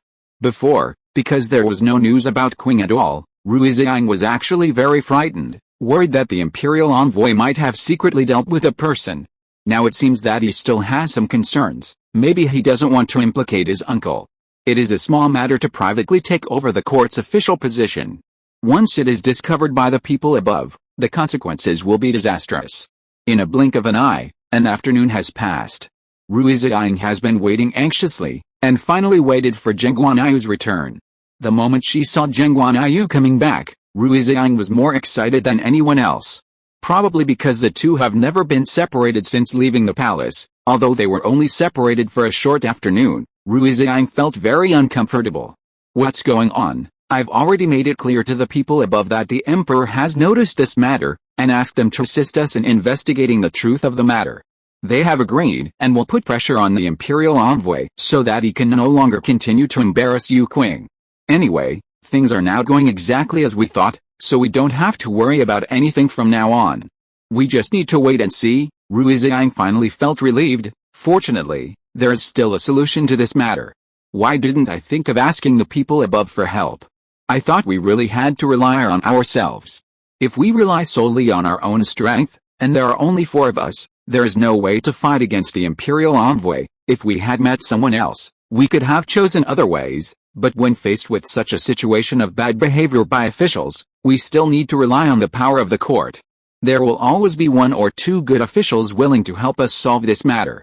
What's more, you have already moved the emperor out. Who dares to disobey orders? Even if someone is dissatisfied with you, they dare not act recklessly because of your status as the emperor. No one can easily offend the emperor. After all, the emperor is the only one who can reasonably kill anyone. Rui Ziying said this with a very serious face, as if to warn Geng Guanyu not to deny that he has the strength to do whatever he wants. If he really dares to do whatever he wants, then Rui Ziying will definitely stay away from him with great difficulty. If you're listening to this novel on a channel other than Fanfic World, it means they downloaded and uploaded it without effort. We cordially invite you to visit our channel, Mundo Fanfic Novelis. There you'll find the original version of this story and you can explore many other novels of various genres. We're waiting for you to immerse yourself in a world of incredible novels. Chapter 224, The Imperial Envoy's Birthday Banquet. Geng Guanyu actually understood this. After all, he had been with Rui Ziying for such a long time, and he knew her personality very well, so he did not dare to challenge Rui Ziying's bottom line easily. Every step he took was difficult, for fear of accidentally offending Rui Ziying. She not only needed Rui Ziying's support, but the most important point was that during the time he spent with Rui Ziying, he was sure that he had fallen deeply in love with Rui Ziying. If Rui Ziying really left, he really had no way to imagine how he would live in the future. He was really glad that the person he chose on impulse was the queen. If the person he chose was not Rui Ziying, what should he do? With the pressure from the people above, and the rapid spread among the people, the imperial envoy probably also noticed it. When it came to this matter, he knew that Yu Qing could not move for a while, so he could only let him be released temporarily. The moment Rui Ziying and the others saw Yu Qing, they still felt very angry. Yu Qing's already thin body was covered with wounds. He looked so weak that he was afraid that he would be blown down by the wind if he was not careful. Nanan felt so uncomfortable when she saw her brother become like this. She cried so hard when she rushed over. Even though she felt so uncomfortable, she did not complain at all. She was afraid that she would say something wrong and then be noticed by the imperial envoy. After all, although the imperial envoy released Yu Qing, it can be seen that he was not willing to give up at all. It should not be long before he will arrest him again with a new excuse. It's just that this happened once, Rui Ziying would never allow it to happen again, and the people above have begun to pay attention to this matter. It is not difficult to deal with this matter. The main thing is to see how they deal with it. The imperial envoy is definitely not someone who is easy to mess with. The most important thing is to see whether the person above can be easily moved. With Geng Guanyu's identity, he can naturally move that person, but he has more considerations. If that person has a serious influence on the court and has a certain influence among the court officials, then Geng Guanyu will be more or less afraid. After all, moving such a person is equivalent to moving the entire court. The court is turbulent, which is not a good thing for Geng Guanyu, and it is also harmful to country. This also made Rui Ziying understand a truth. As long as you stand high enough, even the emperor can't easily move you. After all, you have the strength and someone to support you, and your identity is here. If Geng Guanyu wants to move, you must also consider whether you can stabilize the situation in the court. When we find out on the day of the imperial envoy's birthday, this matter will be resolved after he has an identity, but there are many things. Anyway, I will help Lu Qing to avenge this hatred no matter what. After all, the reason why he was taken away by the imperial envoy is closely related to me. If it weren't for me, he wouldn't have suffered this hardship. It is my responsibility, and I will never shirk it. After Geng Guanyu finished speaking, he walked directly towards Lu Qing. Because the other party was not feeling well, he directly reached out to support him. Don't worry, the reason why you were injured this time is closely related to me. I will definitely help you to avenge this hatred. The imperial envoy will not be free for long. Tomorrow is his birthday, and then we will be able to see the true face of his uncle. Geng Guanyu said these words to Rui Ziying, and the smile on his face became more. He had made his words clear enough, and he believed that Rui Ziying could understand him. Rui Ziying naturally smiled very happily when she heard him say this. Nothing else matters. What matters is that the man in front of him is willing to pay so much for him. If it were someone else, he might not be willing to say this to him, and it would be even more impossible for him to have so much patience at this time. No matter what, your safety is the most important to me. Rui Ziying made her words very clear at this moment. He knew that the more at this time, the more they needed to be extra careful. The two people leaned on each other, and they became more determined at this moment. The next day, they finally came to the birthday party of the imperial envoy. Seeing the people around them, the two people's faces also had some more confused expressions. Because after looking at the people around them, they didn't find any big figures worthy of respect, which made him feel something was wrong. Did they say that his uncle would come today? Have you seen his so-called uncle? Rui Ziying looked at Geng Guanyu and asked directly. They had already looked around the people here and didn't find any suspicious people. This is really too strange. According to this, such big figures will be more or less influenced by the people around them. But now the people here are so quiet. Geng Guanyu heard Rui Ziying ask this and shook his head gently. He really didn't see any big shots coming. What's more, the reason why the imperial envoy dared to be so arrogant was that his uncle must be of a high position. In this case, he might know him. But there were so many people here, many of whom he had never seen before, so he didn't think there was anything special about them. Just when the two were curious, they saw the imperial envoy running out in a hurry. Behind him was a large group of people. These people had some excitement on their faces, as if they were about to see some distinguished guests. Let's go and see too. After seeing this scene, Rui Ziying knew that the big shot they had been waiting for a long time would finally appear at this time. In this case, they didn't need to waste time anymore, and they just needed to continue waiting at this time. Geng Guanyu didn't say much, but followed Rui Ziying to the door quickly. But there were too many people at the door, so they could only stand far back. When they saw the person coming out of the sedan chair, the two looked at each other. The person coming was none other than the Minister of Justice. Although the Minister of Justice was not liked by them on weekdays, at least he kept his composure. However, this time, his words appeared here. Chapter 225, Minister of Justice. It seems that you, the Minister of Justice, are not simple. Geng Guanyu just smiled after hearing Rui Ziying's words, and didn't say much. Things have developed to this extent, what can he say at this time? What's more, people are already here. At this time, if they want to say anything, I'm afraid the other party won't give them a chance. In these aspects, they have always thought very clearly, and they also know how to do them better. Then what should we do now? Since Rui Ziying is only concerned with watching the fun, he also wants to see what Rui Ziying thinks. Rui Ziying didn't say much after hearing his question, and it was all empty to say these now. Why say so much? I will never take these to heart. Since there are people as backers, We have to see who has a bigger backer. They were talking here, and the imperial envoy had already led people to the main hall to sit down very lively. You can see that the position of the Minister of Justice is still very high, and he sat directly in the main seat. Uncle, you are finally here. I have encountered many things recently. The Minister of Justice had just sat down, and the imperial envoy couldn't wait to tell him everything he knew. Recently, he was very uncomfortable with Geng Guanyu and Rui Ziying. Finally, someone supported him, so of course he wanted to make these two people suffer. After hearing what the Minister of Justice said, his face became a little impatient. Tell me, what happened again? When the imperial envoy heard him say this, he knew that his uncle was still on his side, so he didn't hesitate at all. He said all these words directly, focusing on how Geng Guanyu and Rui Ziying targeted him. Although many of these words were said deliberately, and even put all the mistakes on Geng Guanyu and Rui Ziying. But he didn't think there was anything wrong with saying this. No matter how other people think about them, it's useless. The key is how they think about this matter. After hearing what he said, the Minister of Justice had a little more anger on his face. He didn't expect that someone would dare to be so bold. Many people knew about his relationship with the imperial envoy, and it was not a secret. However, it didn't matter how these people treated the imperial envoy. What mattered was that these people didn't respect him at all. What on earth do you do every day? You can't even take down two people like this. The Minister of Justice was also very angry. In his opinion, the imperial envoy's behavior was a loss of face for him. No wonder many people were so rude to him.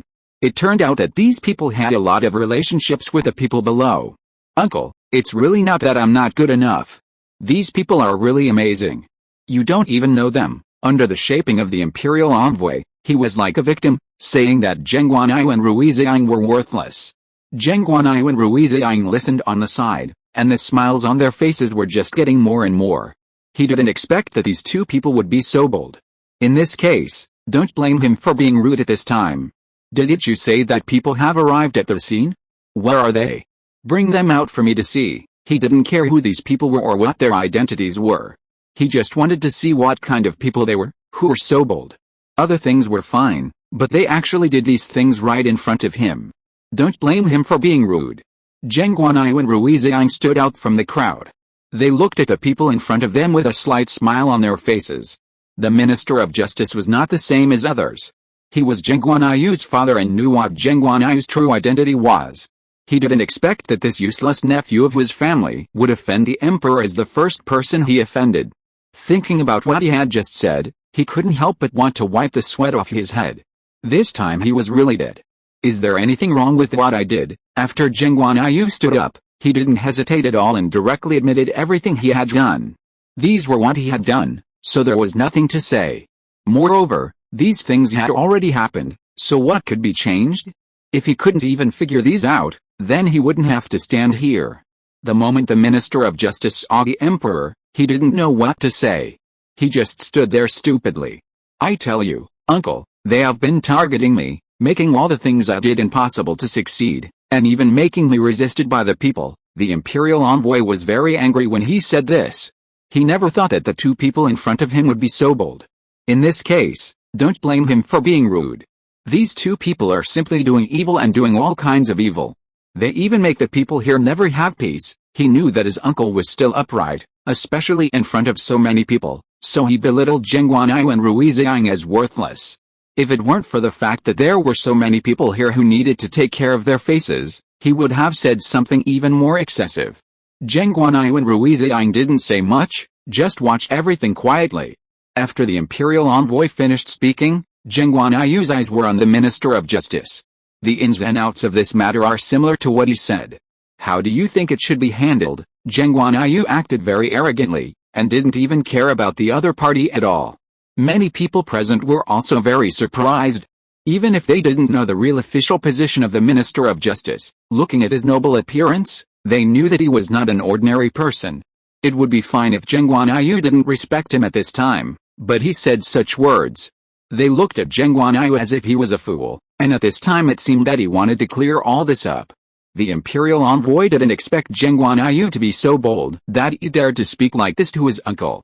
Don't you know what kind of identity my uncle is?